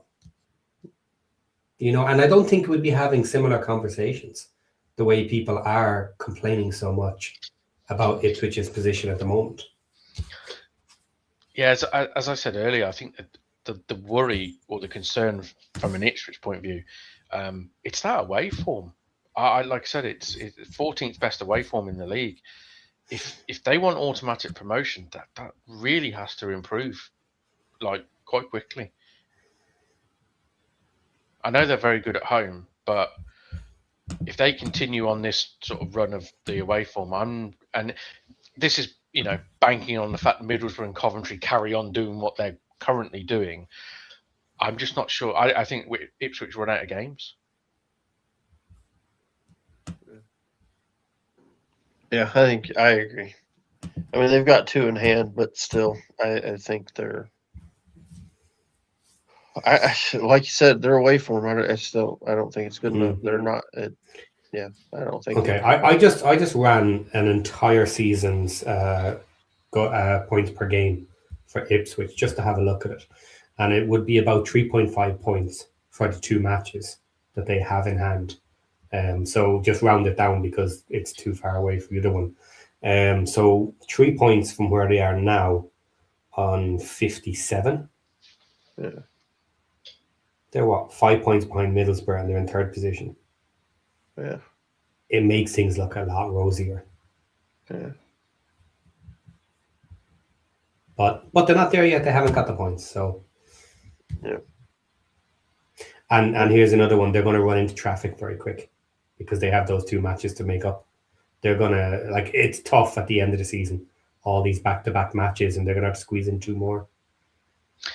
I think it's like I said, the thing for Ipswich is I can see them getting quite close, and then they just drop a clanger of an away game, which then kind of, the 2-3 games previous, or not all for nothing, but it all will seem a bit of a waste because, you close the gap and then all of a sudden the gap will grow back again, and you just think, yeah, the gap hasn't changed almost, and you're about 4 games down the line.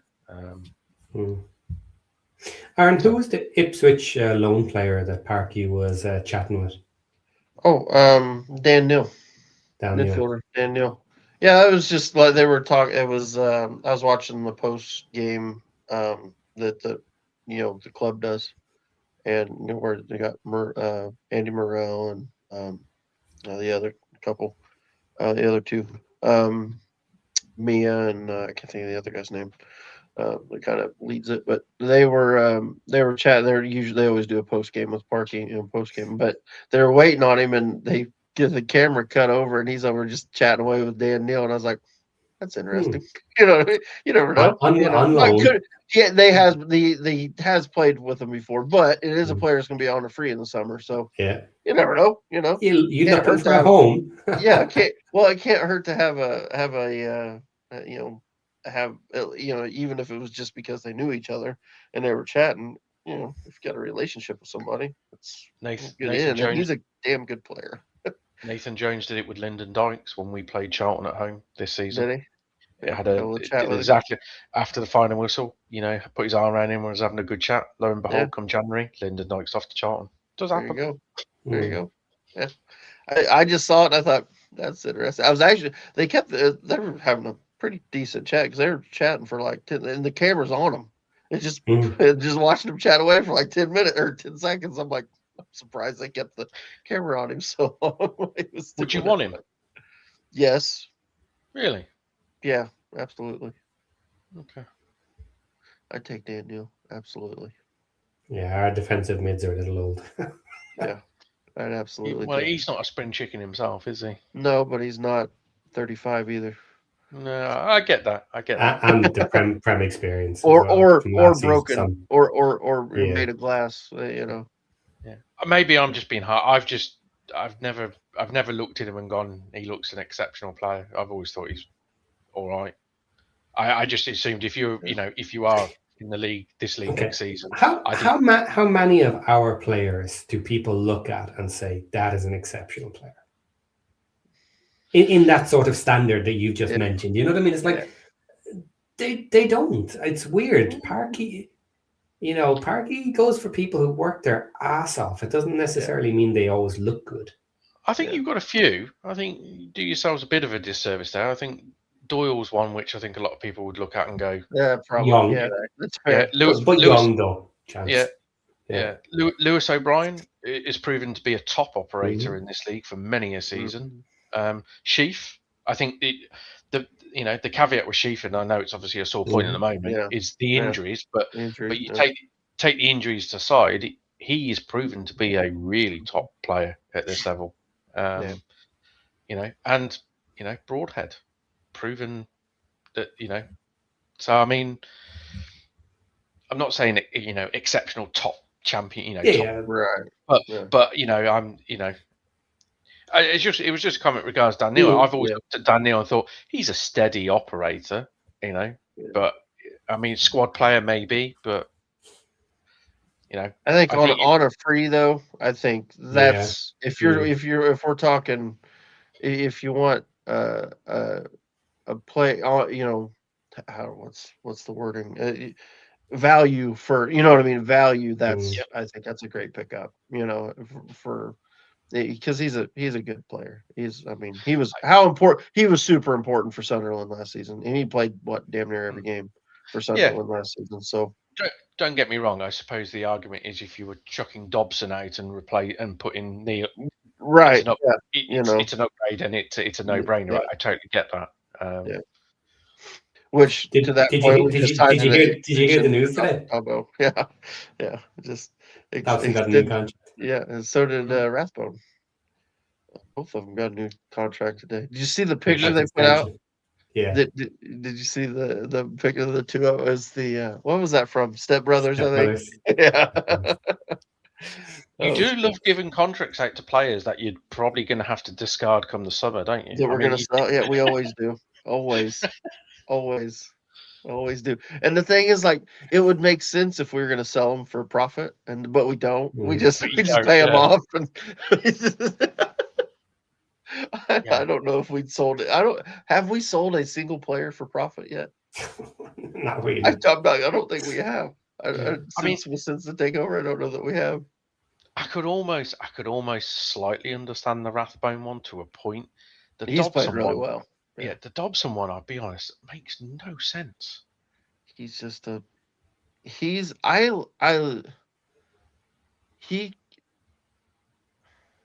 does a lot.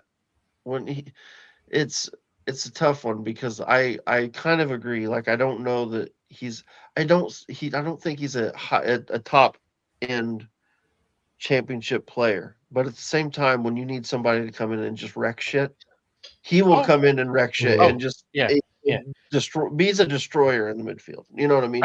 Sometimes you just need that guy. So I don't hate it. I don't hate it. I totally agree. But I'm saying if you're in the championship next season and you need somebody to come and wreck it, there's going to be better players you can get to come in on and wreck it. That's the bit. If you're wanting to progress, I just look at it and just go purely from a business point of view. It doesn't make sense to me in that regard. Our business has never made sense. Well, it's just like we extended Ollie Palmer right before we decided to bench him for the rest of the season, and then didn't, moved him on, and then we extended Macca right before he, same thing. I was just, it's kind of like, why, I mean, there's got to be some lovely clauses in those contracts. There has to. I mean, because it's like, we'll never know wages, but you would imagine, like anything, if a player signs a new contract, you would expect there to be some sort of wage increase. And you just kind of think, well, if you're not going to, if you're not giving him a contract to then go and sell him to get some more money, it's like, well, then you've got to, if you then were to get rid of him, it's like, well, you're probably paying him a lot more money than what anyone else is probably going to be able to pay him to take him. It's just, baffling. It's interesting, but I was having a look at it. We do have potentially 5 players who we can move out this summer. who are not getting time yet at the moment. That's before we start digging into people on contracts still. Kind of, well, those 5 will be on contracts, but I mean, players who potentially are getting minutes and stuff at the moment. And in fairness, who did we get rid of there? You just mentioned him a minute ago. Who did we sell this January window after only coming in? We didn't sell him. Hardy, we didn't sell. Hardy went on loan, but the other one, is he on loan too? No, it was that was Cody, and he's on Cody's on loan as well. Okay. Yeah. So it's not like we're not willing to do it though. Do you know what I mean? And just dump someone out. So without that, just people who are not getting minutes, we have about 5. And my hope was this summer, after doing 11, 12 changes last summer, my hope is we do 5, 6 max this summer. Yeah. But they're big, they're big signings. Starters. Really strong, top-end championship players that other teams would want. That would be my hope with our budget. Well, we're definitely we'll have to do something at right wing back. Yes. Depending on whether that's left wing back. Get him. Yeah, I agree. Both wing backs probably. Whether that's mid. What do you think of Kabore?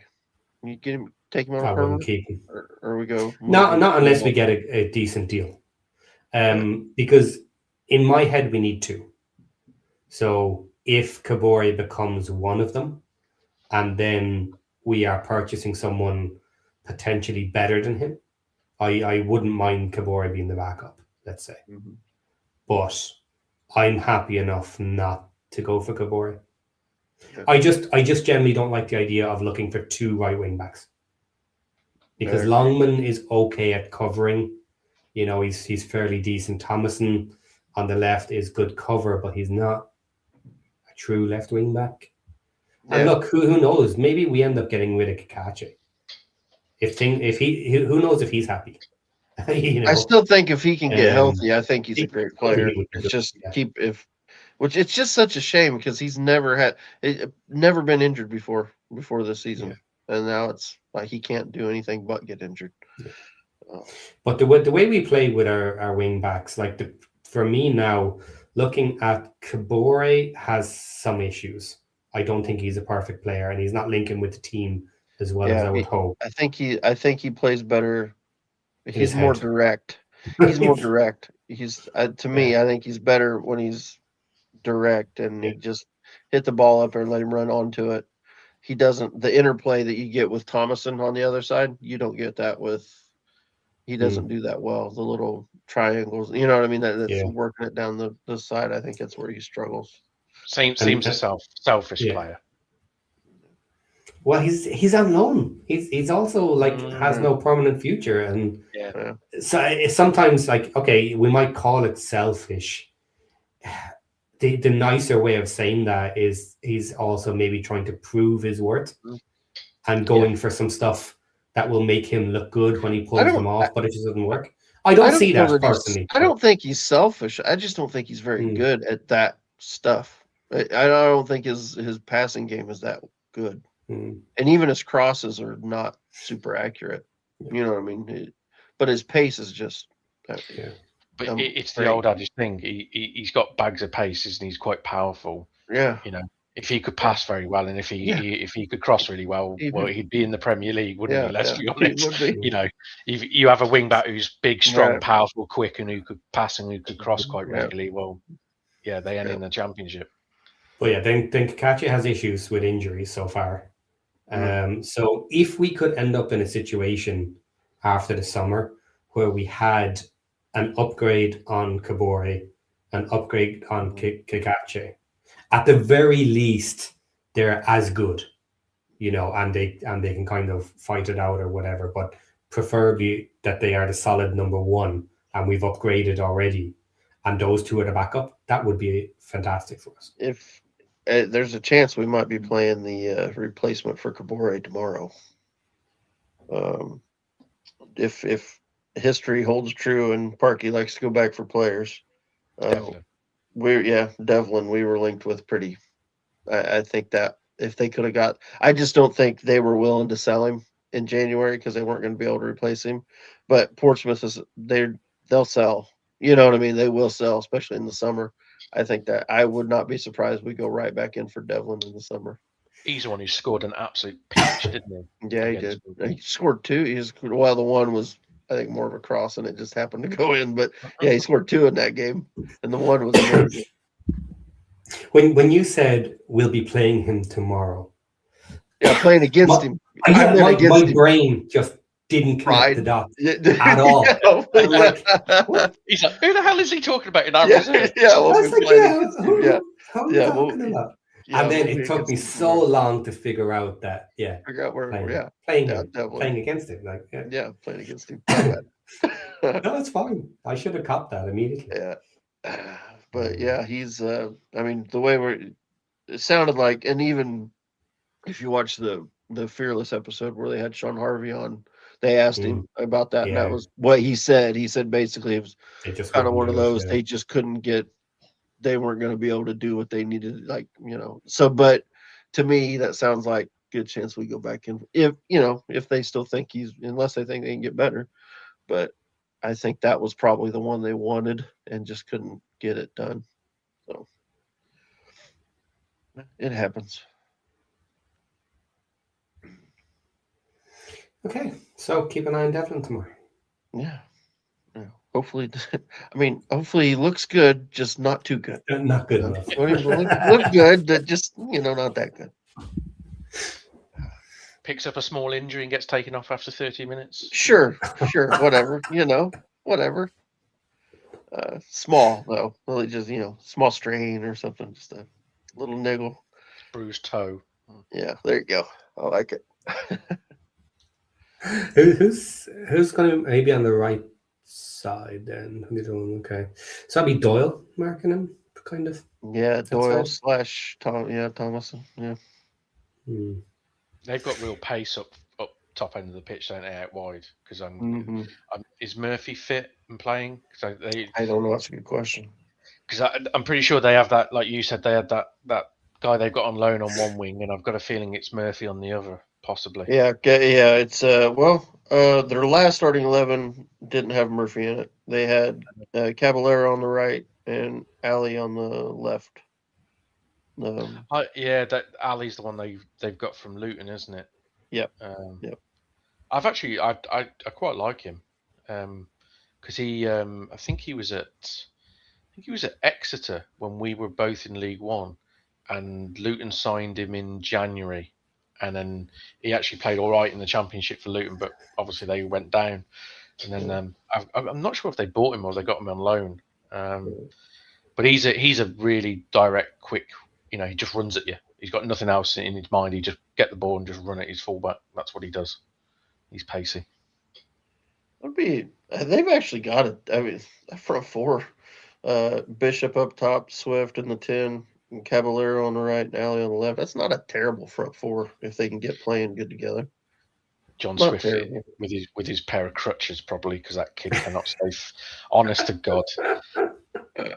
You watch him tomorrow. He basically waddles around the pitch because his legs are just held on by sticky back plastic. But do not give a free kick away anywhere around the box, because that lad can hit a dead ball absolutely brilliantly. Ibu Adams, I think, has probably been probably the best signing they made, though. He seems to bring them to life, which is crazy because he didn't blow me at Derby. He did not blow me away, but it seems like he just works for them. It's quite funny, actually. There's a Derby fan in one of the chats I'm in, and they're moaning like hell about because they signed Travis, didn't they, from Blackburn? Right, yeah. I've seen Travis, 90 minutes every game, and he's utter rubbish. Why we got rid of Ibu Adams, I do not know. See, I didn't think Ibu Adams looked that good when he played for Derby, but I don't know. Oh, well, he's playing really well for Portsmouth. Scored a couple of goals, which he's not. He scored 3. Yeah, he's got 3 goals and an assist since he's gone in there. So, yeah, he's doing really well. But you do worry for a team when I think their top scorer is their right back. Devlin's their top scorer. I think he is anyway. I need to double check that, but I believe. Oh no, that's not true. Adrian said hell, he's got 6. So Sejic, fuck, I don't know. However you say that.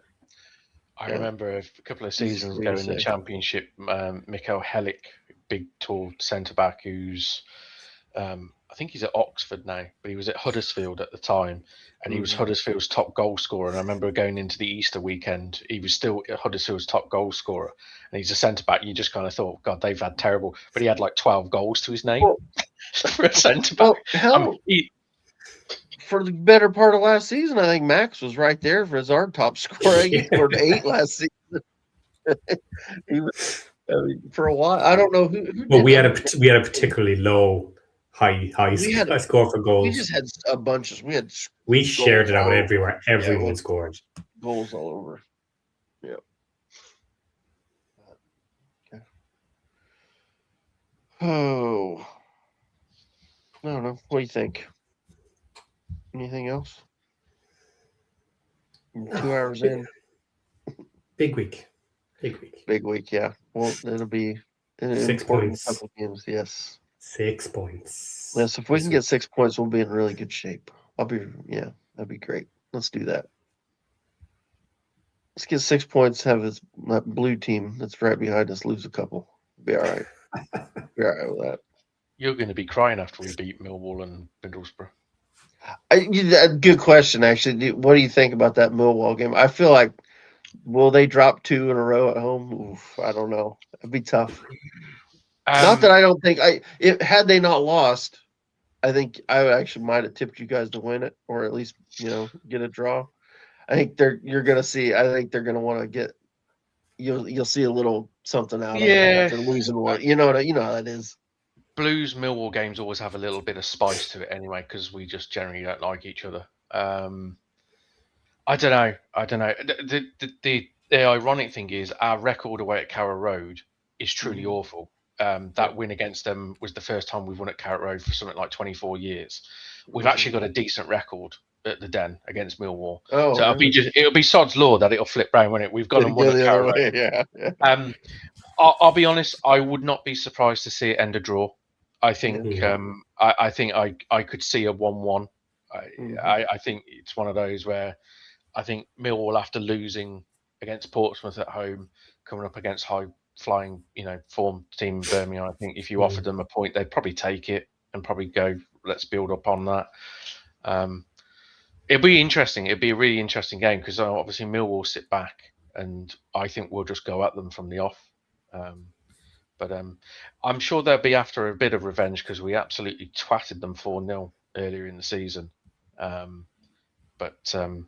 Yeah, it'll be interesting. I have a sneaky feeling we just got our game suits a team like Millwall, which aren't particularly mobile. They're big and physical, and the way to beat that Millwall side is not to try and out Millwall. It's to try and move the ball and get that big back line moving around, which is kind of what we do.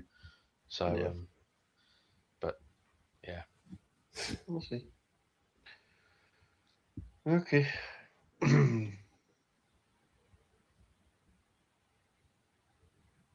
Anything else? What bombshell? No, bedtime. Nothing. Bedtime. Patty's tired. What is it? 3 in the morning? 4 in the morning? Nearly. Closer to 3 than 2. Yeah, gotcha. Okay. Yeah. Well, I don't know. I don't have a bombshell. John, you got a bombshell? I do have a bombshell. Oh, guess who's looking for a set piece coach? Oh, I don't know who. Really? We are. Yes. Really? If that means Jonathan Grounds does not organise set pieces ever again, I'm all for it. I don't care who it is. Aaron, apply for it. Somebody. Jesus. I'll do it. Do you know who should be looking for a set piece coach? We need a bloody set piece coach. I posted a video in the Discord today, and I think they were 5-year-olds that were doing better set pieces than us. It's quite funny, actually. Yeah. Check it out. That's a little segue to our Discord, guys. If you're not in the Discord, come join us over there for chat. on that bombshell, I'll dump in the chat now in 2 seconds. Guys. Take care. Bye. Bye. Bye. See you tomorrow night.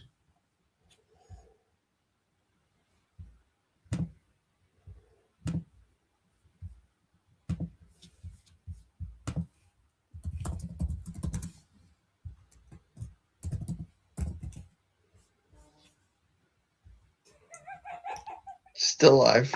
Just sitting here. Patty's goofing off. He's supposed to be pushing buttons. Oh, you think I'm doing it? I thought you were doing it. I thought you were doing it.